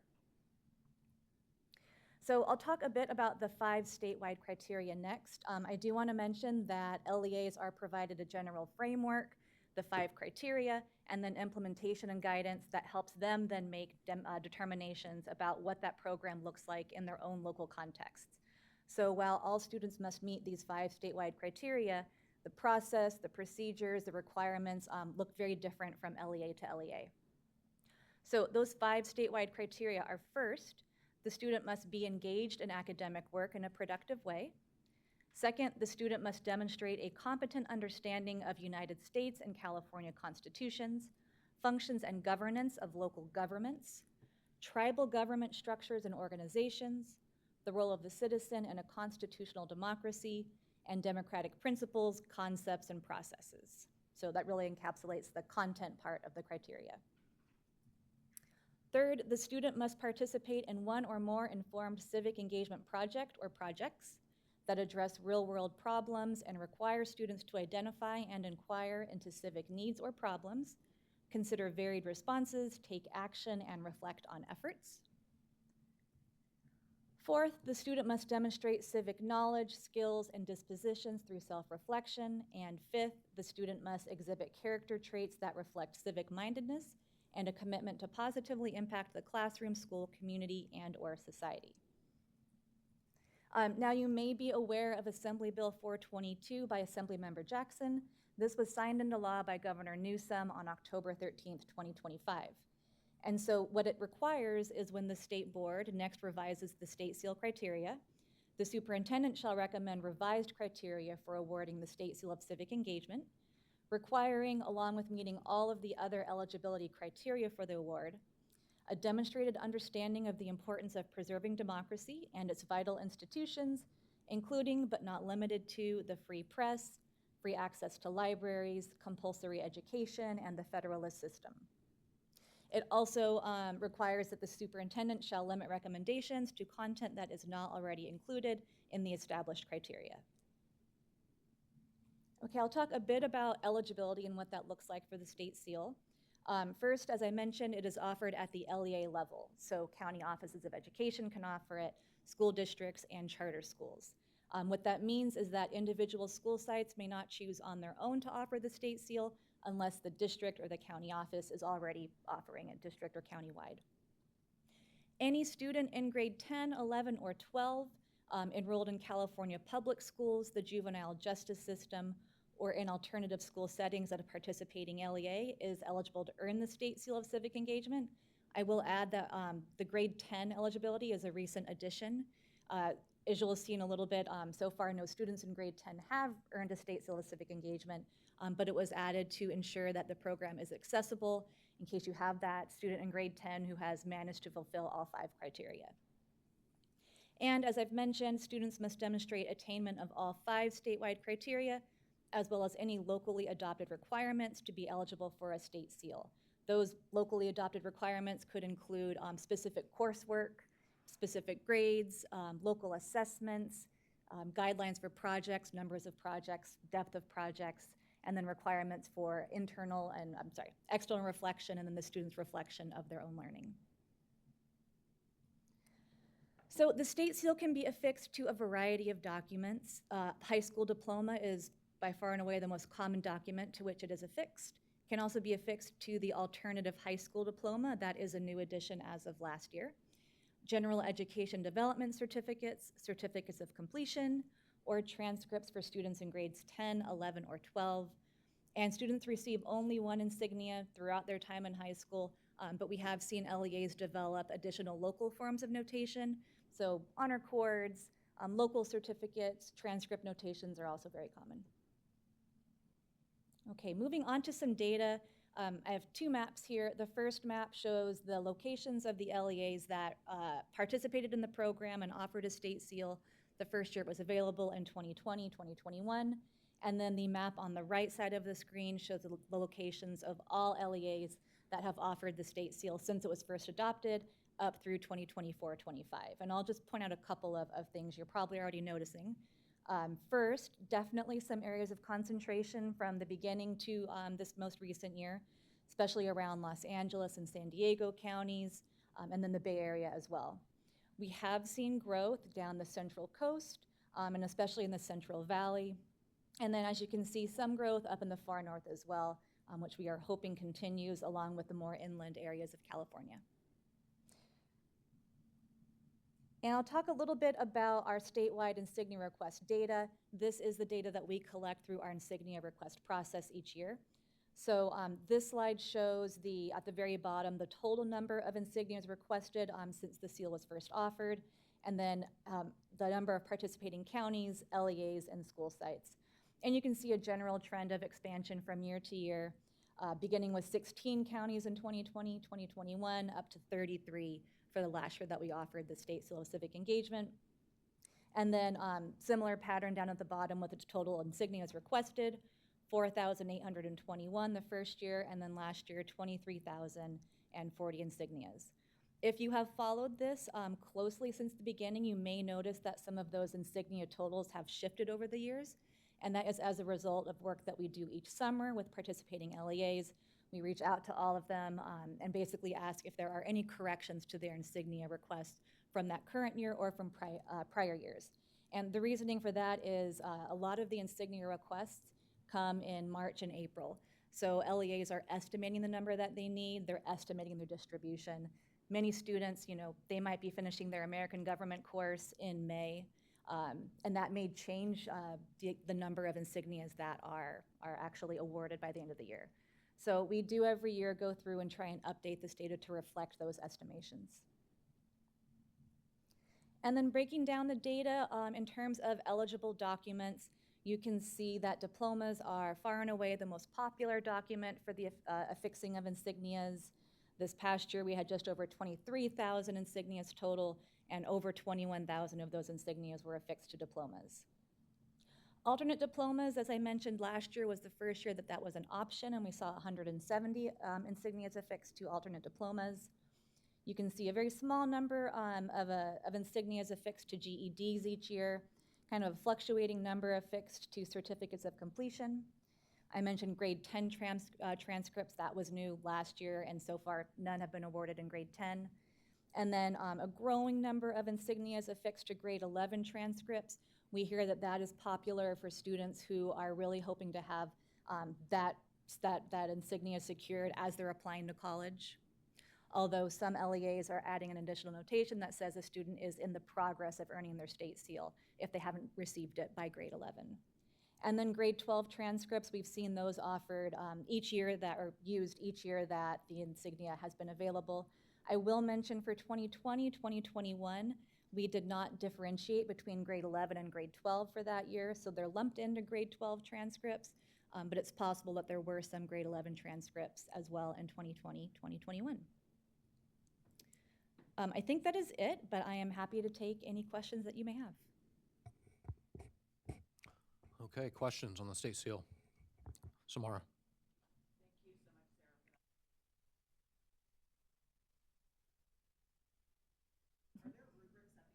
Will set to determine what that looks like, and is it at that local level, or do you give some kind of template or guidance on what that should look like? We don't provide any template. We do provide, so there was implementation guidance that was adopted along with each criteria. So we do offer some very broad guidance for what that may look like, but LEAs definitely do create their own internal templates for measuring how students meet those criteria. There are, we have had some online databases where we're trying to compile all of those, and some LEAs are actually creating their own where they're compiling other examples of what LEAs have done to try and track that criteria. Thank you. You're welcome. Any other questions? Susan? I'm just curious if you have an opinion about what a reasonable amount of time is for somebody to earn this. That's a great question, and I don't think I do. It is rigorous, especially the content requirements. As you saw with content 2, it's not just content that you would, reach in grade 11 U.S. history, grade 12 government. There's also tribal governments, California Constitution, that is not typically included in the high school curriculum. That said, I don't know if I could give an estimation of the amount of time that it would take to master all of that. And then I think it also depends on the number of civic engagement projects that are being completed. If it's just one civic engagement project, some schools start their students with a grade 9 course that then works all the way up to grade 12. So I think there's a pretty broad variation in what it can look like in terms of the number of hours. Thank you. You're welcome. Sarah, it's heartening to see the increase of insignias year over year. And I know there's a lot of LEAs that are interested in doing this work. Do we know if are any agencies, are we identifying the development of any systems and infrastructure best practices that LEAs are using to enable the giving of these insignia for students? I've only seen informal work done at the individual LEA level. Los Angeles County Office of Education, I know, has been working to develop some type of structure that can look at that at a broader level, but nothing formal or systematic. Thank you. Welcome. Thank you.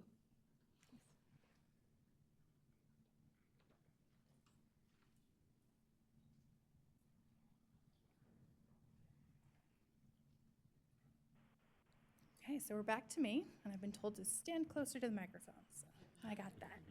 All right, so now that we know a little bit more about that state seal of civic engagement, we're here to kind of think about how might that fit into the CCI. So I mentioned I was going to talk about all the current measures, and here they are. We have to break them up into 2 slides because, as I mentioned, there are already 11 measures.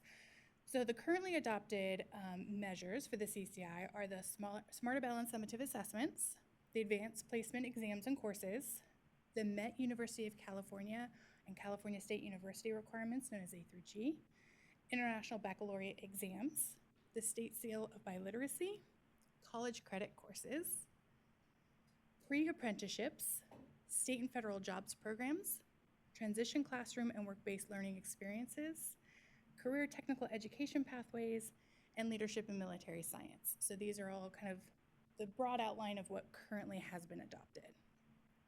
So some of the work that we've been doing with the data from the State Seal of Civic Engagement, as I mentioned before, in the 23-24 year, we started getting student-level data about who is receiving these seals.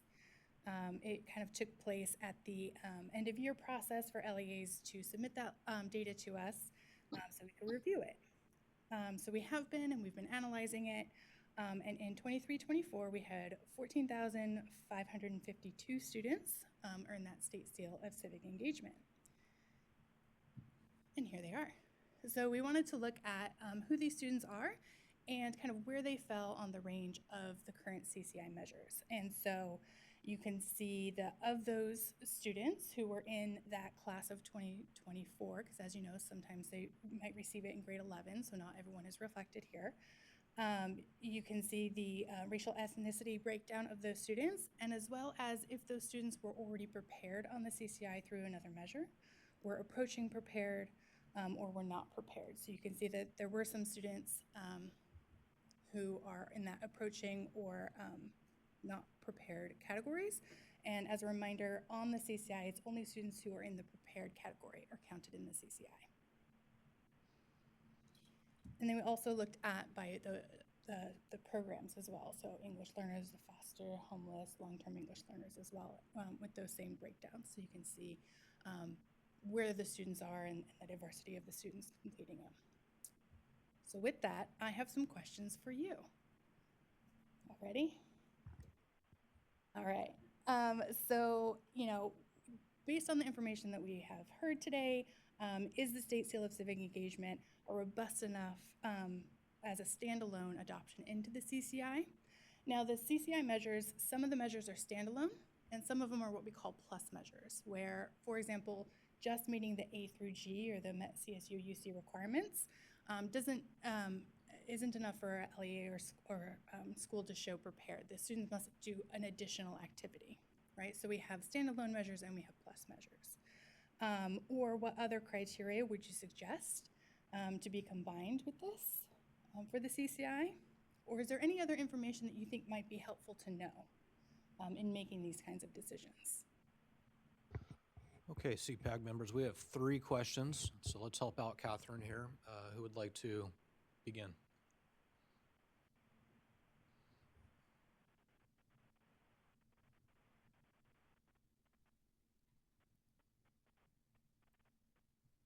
While we're thinking, how about we take a moment and discuss amongst yourselves to get those ideas flowing? All right, so you can talk together and then we'll come back and share out. How about that? Good idea. Thank you. Let's take 5 minutes and discuss. Hispanic category. So number of not prepared students, so they were not meeting CCI at all, and then this one thing put them on meeting? But we have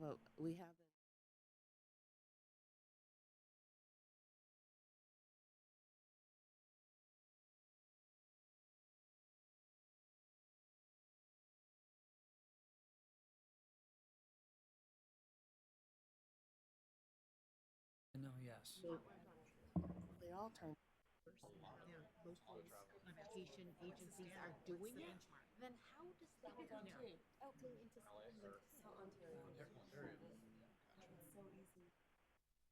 Question that was asked by Robbie and myself, like, what's your criteria? What's the rubric? Like, what are the standards? Well, is it, but since they're all developed by the LEA, so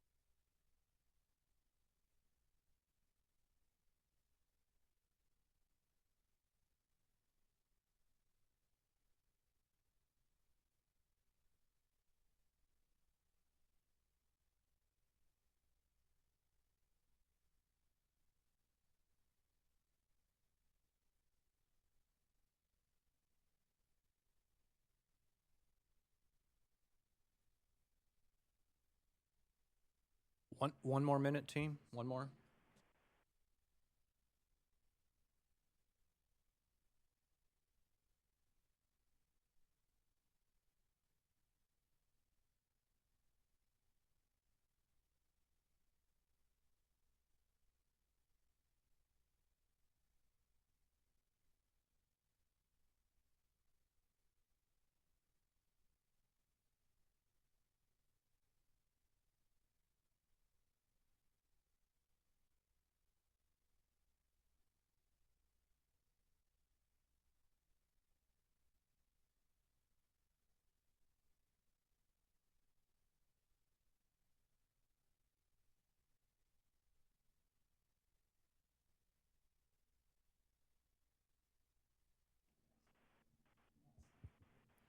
Okay, CPAG members, good discussions. Thank you for that. Let's go around. Let's go around the dais.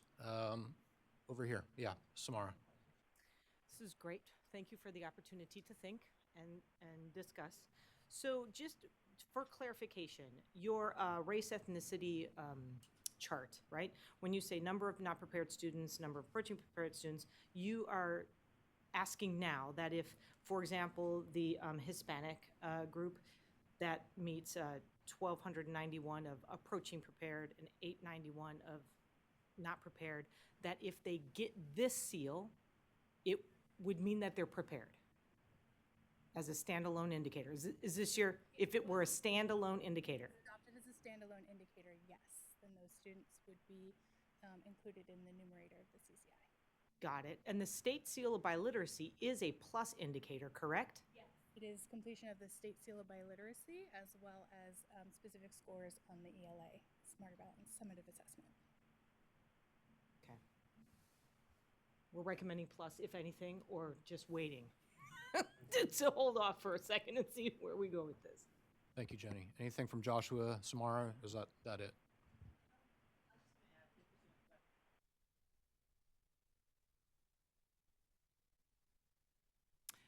A view of what's being done by each LEA, kind of having a little clearinghouse of like what those criteria are and some best practices so that we can get more involvement, more shared knowledge so that more students could participate, I think would be a real benefit.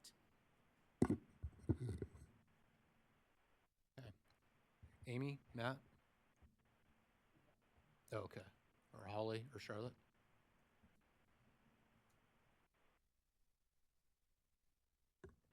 We had a similar discussion where we were talking about the plus, just because of the criteria and maybe not having different criteria based in even school to school within the district, and the variability of what teachers are doing in their classes or the projects that are being completed. So that was our discussion, very similar. We also had curiosity about the students who had earned this seal and who had met or not met in other areas of CCI as a data point that we'd like to explore. Thank you, Matt. Corey, Gabriella, Kelsey?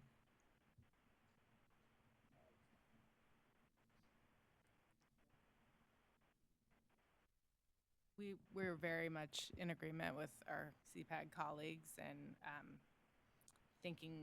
wanting more information or maybe evolution and understanding the criteria at the local level for determining if students should be eligible and maybe waiting or even plus on this. Thank you. Susan, Angela? My thoughts are sort of aligned with what I was saying earlier. This seems to me more of a longer term project, and I'm just wondering, in terms of our juvenile court and community school students, how could we tailor this so that they could access a program like this, especially considering that if you can get them engaged in civics, you can change the trajectory of their lives. So I think for those particular students, you can have the biggest impact, and yet they have short-term enrollments, so they would be stopping and starting this, and it would be very difficult for them to actually complete a rigorous program. I'm not saying that we should reduce the rigor. I'm just saying, how do we tailor this program so that those students can access it? Corey? Just one more comment. Well, I think this is fantastic, and I want my kids and my grandkids and everybody to be part of. I think it's amazing. We should do more of this type of stuff in schools. I'm just having a little bit of trouble equating this to college and career readiness. It's still a little, I don't see the direct one-on kind of, I think we're reaching. That's just my opinion. So I think maybe if we do include this, there should be some conversation about justification to really say, because I complete something like this, I am now better prepared for college. Is it because of the rigorous preparation, the presentation that's associated with it? Whatever that may be, I don't see it. So I think maybe we need more clarification on that as they go forward. Thank you, Corey. And I have a high-level response, and this is feedback I've provided in the past before. This is a noble measure, like all the others, but I'm concerned about the absence of an overarching method or framework for the determination of what indicators we add to the CCI. And I think a very good place to start would be to develop a cohesive definition of college and career readiness for the state of California.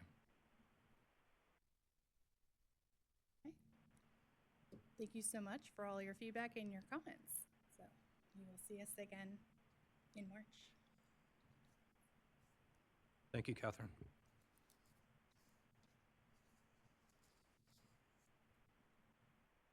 All right, Cindy Casanas back to talk about how do we deliver on 2026. So the first piece that we started with was we have, per statute, moved up everything in our collection cycle to prepare for this new release that is now the date moving forward for future dashboard releases of October 15th. Specifically, go here, sorry. Our assessment releases are required to be released no later than October 15th. And so the things that we are starting to talk about with our assessment colleagues is the alignment, potential alignment of these releases, or maybe not. But if anything, this means that data will be available sooner for local educational agencies, for community members, for parents and teachers to engage to help improve school and district performance. There is pressure on county offices. I mean, you have two that are present here that I'm sure can speak to what it means to move up data collections. In fact, our Fall 1 data collection closes today. It'll reopen for an amendment window, but that is one of the earliest times we've closed Fall 1 to my knowledge. And that is the basis, for example, for our allocations to school districts, is this first collection. So this is not without a lot of impact to the field, a lot of impact to our local schools and districts to not only give us data earlier, but to make sure that the data that they give us is accurate and that it's hopefully also reliable in that sense. In doing that, one of the things that we're also starting to frame is that we now will have two releases around the dashboard. So specifically for 2026, the main accountability release includes the dashboard, includes the differentiated assistance files, and then we'd have a supplemental release, which is after October 15th. And that would include things that are not statutorily required, which is additional reports for the dashboard, our growth data and data files, the data quest reports and accompanying notable data files, our federal support determinations, our Every Student Succeeds Act determinations, school accountability report card files, and our DAS one-year graduation rate. And so I wanted to pause because I know some of you, are very intimately involved with this, but this is some of our initial thoughts on how to start framing this conversation for what to expect early. The other pieces for that October 15th release is because of the shortening of the window, we will not be able to support an LEA private preview for 2026 or probably moving forward.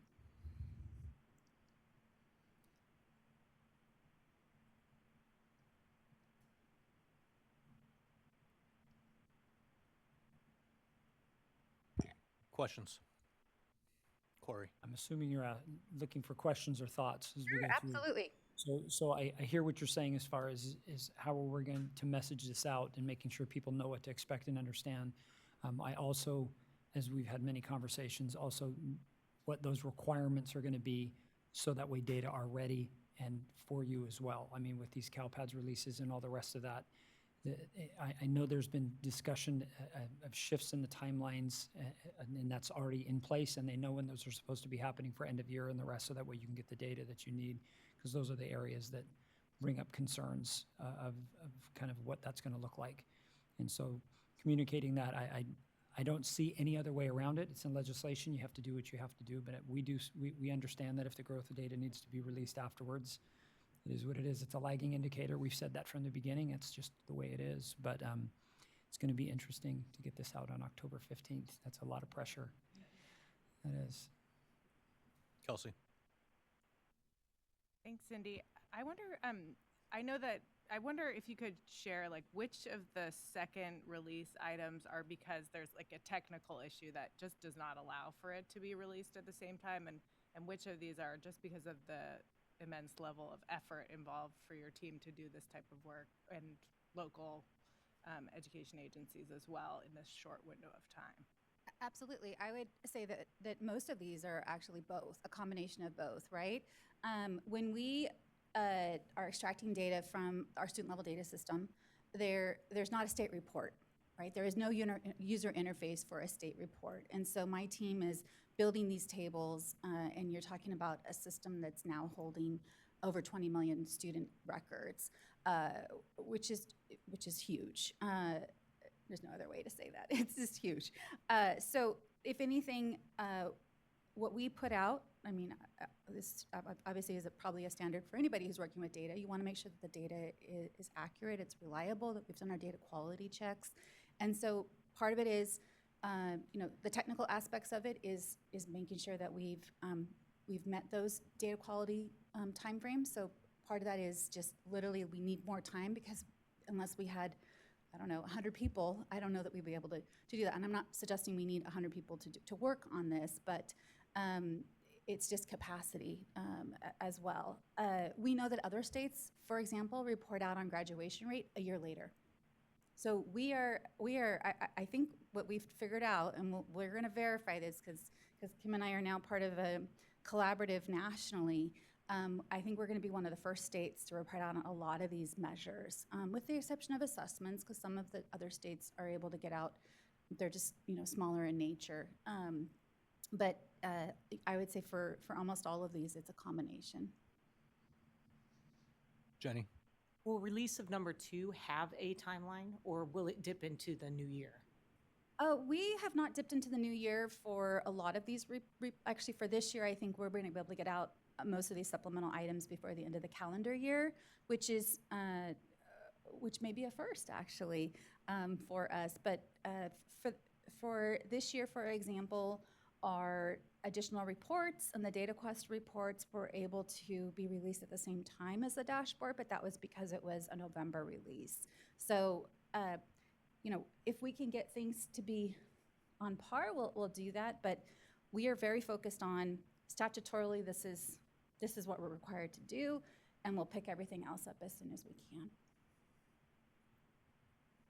Any other responses to the release plan? Okay, thank you. Excellent. So the next topic is more just to touch base on our Every Student Succeeds Act state plan. Of course, the California Petitioners Advisory Group exists because we're required to have a group of this nature per federal statute. So, the basis of this group being ESSA, we wanted to make sure that we included just this. We don't know what will go into ESSA, if anything will go into ESSA in 2026. So we will look to the board to provide that direction as needed. So this is more of a placeholder. Of course, when we look back at our January State Board of Education meeting in 2025, there was some very clear direction that we were not going to open our ESSA state plan. I can't say that the year has gotten any better for us with that consideration. But just wanted to make sure that we had that as a place in this conversation, so that what this committee is grounded in, and if we get feedback from the board or the liaisons, we'll definitely include that in the accountability work plan as needed. But right now, it's just there.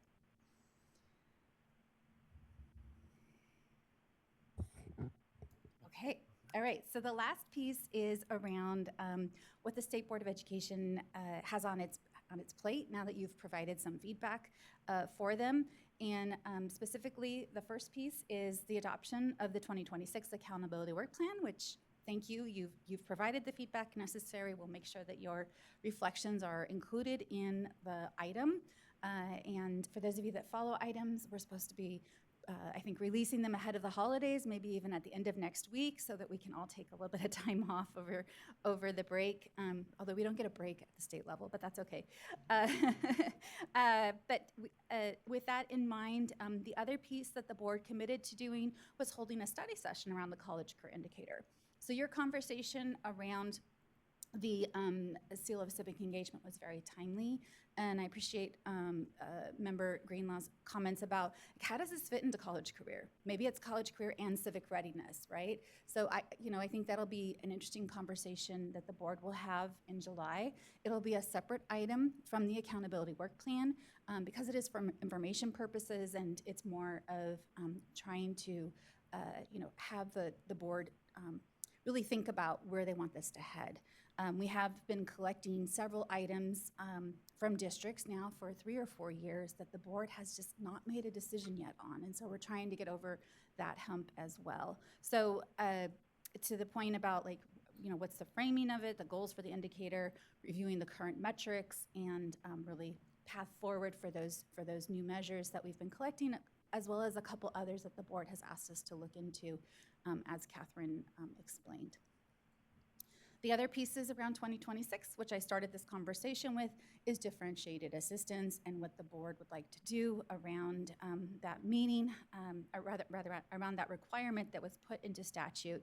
And they kicked off a conversation in November that others, I think even Dr. Torres provided a piece of the conversation in November board meeting in the differentiated assistance study session. So I'd say, look ahead to the board taking action because they have this statutory requirement to do that by July 15th, 2026. And with that, we have concluded the item. I do have a slide for public comment, but I'm happy to stay up here if there's any questions before we go to public comment. Thank you, Cindy. Any questions before public comment?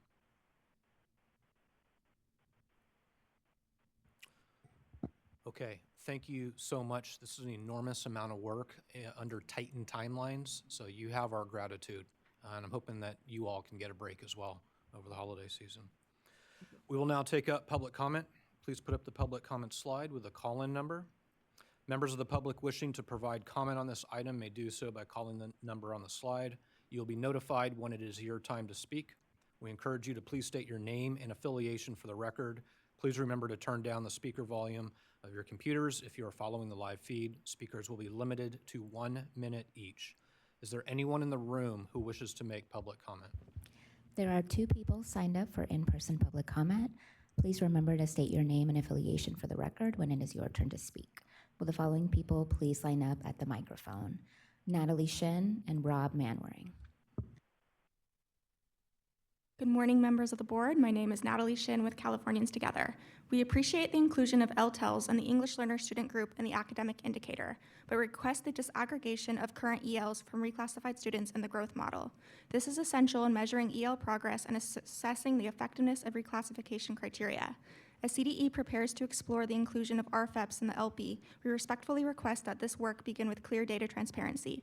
Before any changes are implemented, we ask that CDE provide a clear example of the proposed changes by displaying 2 separate views, one with LP with RFEP students disaggregated, and another with the proposed collapse score, including recently reclassified students. The concern is that a single combined score could mask important trends or needs for current English learners. We encourage CDE to share a clear example prior to the May 26th meeting so stakeholders can better understand the impact of the adjustment. Additionally, we request the additional report of newcomers as a student group to the LP. Thank you for your time and consideration. Hello, I'm Robert Manwaring from Children Now. I'm going to comment on the student growth model, and there were questions raised on why we should include a student growth model in our accountability system. California is one of 2 states that doesn't have a growth model in its accountability system, and over half of the states, the growth measure is the largest weighted indicator on the system. And there's good reason for that. When you look at this measure, it's the fairest measure of what's happening at the school site. Every child has an opportunity of showing a year's growth each and every year, right? So it's regardless of where that child starts, they can show growth. If you're going to close achievement gaps, you have to focus on growth. Right now, unfortunately, we know that the groups that our organization focuses on start 3rd grade behind, and then the growth measure shows that they fall further behind over that 4th through 8th grade period. We really strongly encourage you to incorporate growth into the differentiated assistance criteria. Thank you. That concludes in-person public comment. Is there anyone on the phone that wishes to make public comment? Yes, we have some. Good morning, caller with the phone number ending in 2783. Please state your name and affiliation for the record. You have 1 minute. Your time starts now. Hello, my name is Matthew Kay, and I'm representing Cambridge International. I want to begin by expressing my gratitude for your service to students and families, and to thank you for considering Cambridge for inclusion in the College and Career Indicator. Cambridge International is a non-teaching department of the University of Cambridge in the UK, serving more than 100 million learners worldwide across over 170 countries, including over 160,000 students at the advanced level in the United States. We have been proudly supporting schools in California since 2020, and student participation in Cambridge has been growing at a steady rate since then. We're encouraged by the strong results our partner schools are achieving and by the growing student demand for these opportunities, which are A through G aligned to provide a rigorous program of study and higher education credit recognition. We sincerely appreciate your consideration. Recognition within the CCI would meaningfully validate the hard work of students and schools while also offering the public clearer insight into the full range of college preparatory pathways available in their communities. Thank you. Thank you, caller. Next caller with the phone number ending in 8945. Please state your name and affiliation for the record. Your time starts now.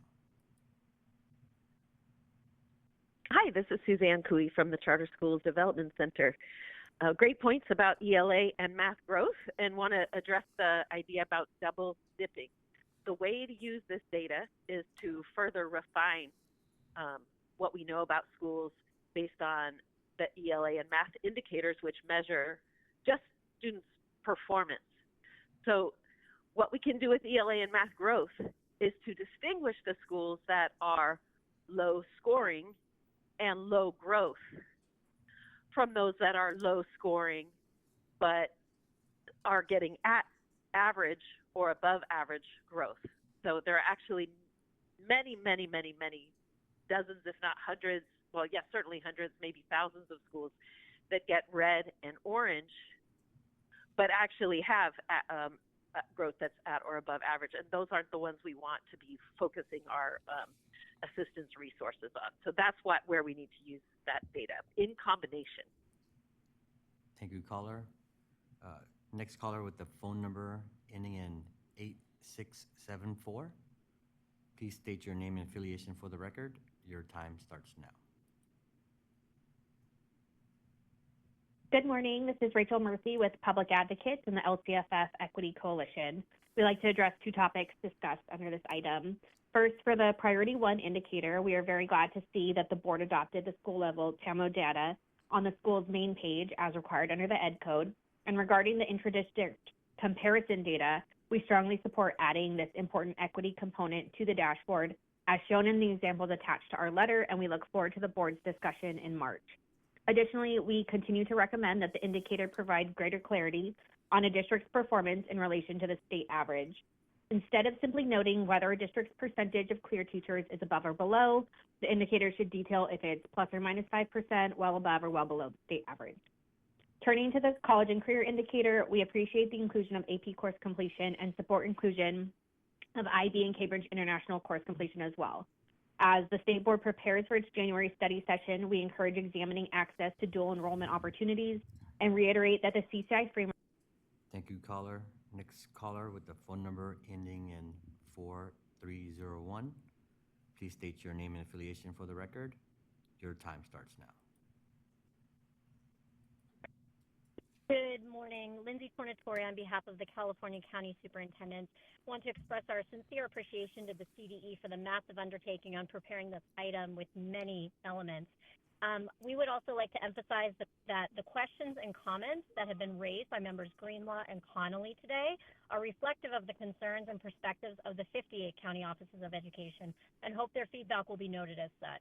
We are eager to engage in the conversation about the future of the CCI. We see the upcoming study session as a great opportunity.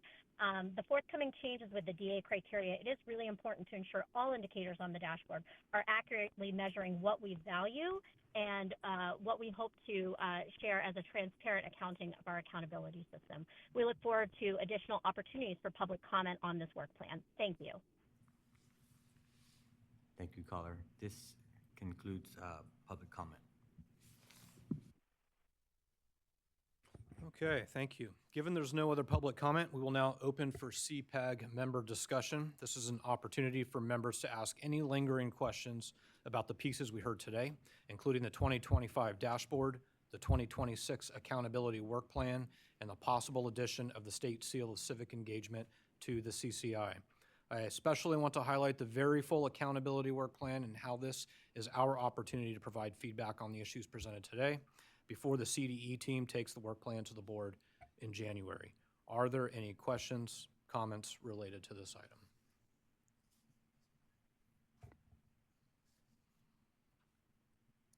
I'll provide wait time. Kelsey.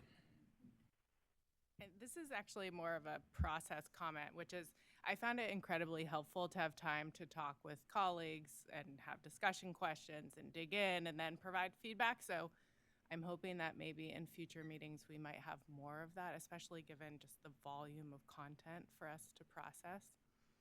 I think relatedly, it would be helpful maybe to do some kind of summary of our input, like as an advisory board. Sometimes it's not clear exactly how comments are used from this body after the meeting. And so kind of like prioritizing what we hope the state board will take from our comments, or where we have disagreements among the group and where there's real alignment in our thinking. Agreed on both accounts. Dr. Greenlaw, you're on point.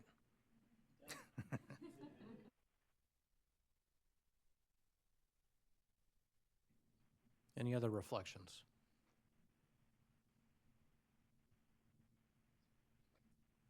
Okay. This concludes item number 1. Thank you. We will now take up item 3, general public comment. Public comment is invited on any matter not included on the printed agenda. We will now take up public comment. Please put up the public comment slide with a call-in number. Members of the public wishing to provide comment on this item may do so by calling the number on the slide. You will be notified when it is your time to speak. We encourage you to please state your name and affiliation for the record. Please remember to turn down the speaker volume of your computers if you are following the live feed. Speakers will be limited to 1 minute each. Is there anyone in the room who wishes to make public comment? There's one person signed up for in-person public comment. Will the following person, please line up at the microphone in the back of the room? Rob Menwaring. Thank you, CPAG members. Just a procedural question similar to the last one. As you would put your agendas together, think about breaking this up into multiple agenda items. For example, the Children Now letter commented on 6 different items, our LCFF Equity Coalition on 8. And yet in a 1-minute public comment, we just can't get into the depth. So if you could break down your agenda, you could dramatically improve community engagement and public comment opportunities. Thank you so much. Thank you for that. And is there anyone on the phone for public comment? Yes, we have one. Good morning, caller, with the phone number ending in 8945. Please state your name and affiliation for the record. Your time starts now. Hi, this is Suzanne Cooey from the Charter Schools Development Center again, and agree wholeheartedly with the request to break down the agenda so that the comments can flow better.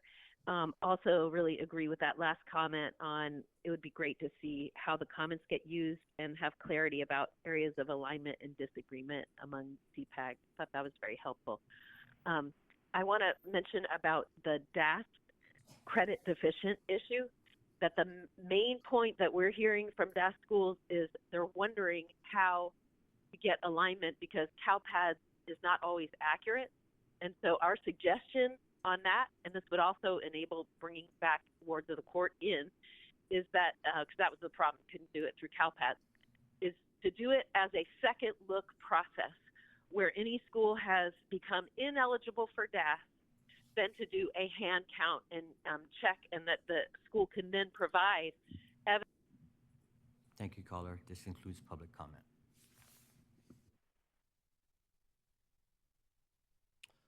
Okay. Well, CPAG members, this concludes our December 2025 meeting.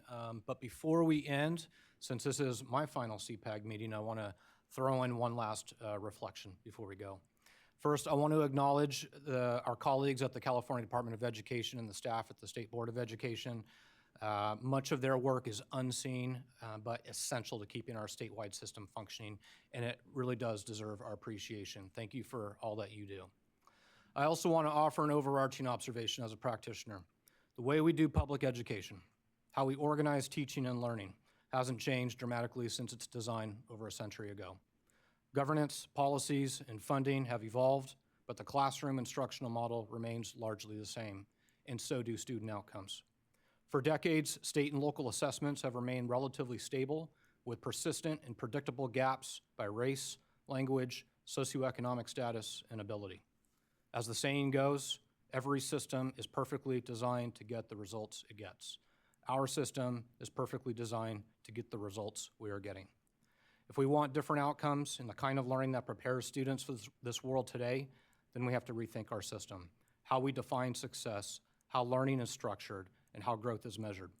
That means shifting from valuing what we have measured to measuring what we truly value. Literacy in math and science are important, but insufficient for a world shaped by rapid technological change, interconnectedness, and an evolving workforce. The State Board of Education will soon develop a statewide profile of a graduate, which will name key skills students need for success, such as critical thinking, collaboration, creativity, communication, among others. More than a dozen states across the nation and over 100 California districts have already taken this step, all validated by their communities, educators, and students themselves. This is meaningful progress, but the hard work in the coming years lies in aligning these outcomes with our accountability system. The world is changing quickly, and our classrooms and education system have to keep pace. Doing so will require clear vision, courage, and sustained advocacy from practitioners like us from across the state. Thank you. And before we close out today, I believe Dr. Torres has a few words. I do. Thank you so much. I want to take this opportunity to thank and acknowledge our CDE team for their amazing presentations and for all of the hard work in preparing for today. Thank you to all of our CPAG members. We appreciate you and your ongoing support. It's an honor to be here with you. I want to take a moment to recognize and thank our CPAG chair, Rodi, who has been serving on the CPAG since 2022. Your leadership, your commitment, your support has really made a difference, and we appreciate you and everything that you have done on behalf of our State Superintendent of Public Instruction, Tony Thurman, our CDE team, and also our State Board of Education. And so I just wanted to extend our sincere appreciation to you for all of your hard work and your commitment and for serving here on the CPAG. We appreciate your efforts and support for all of our students here in the state of California. Thank you again. Thank you, Dr. Torres. And with that, I adjourn today's meeting at 11:42.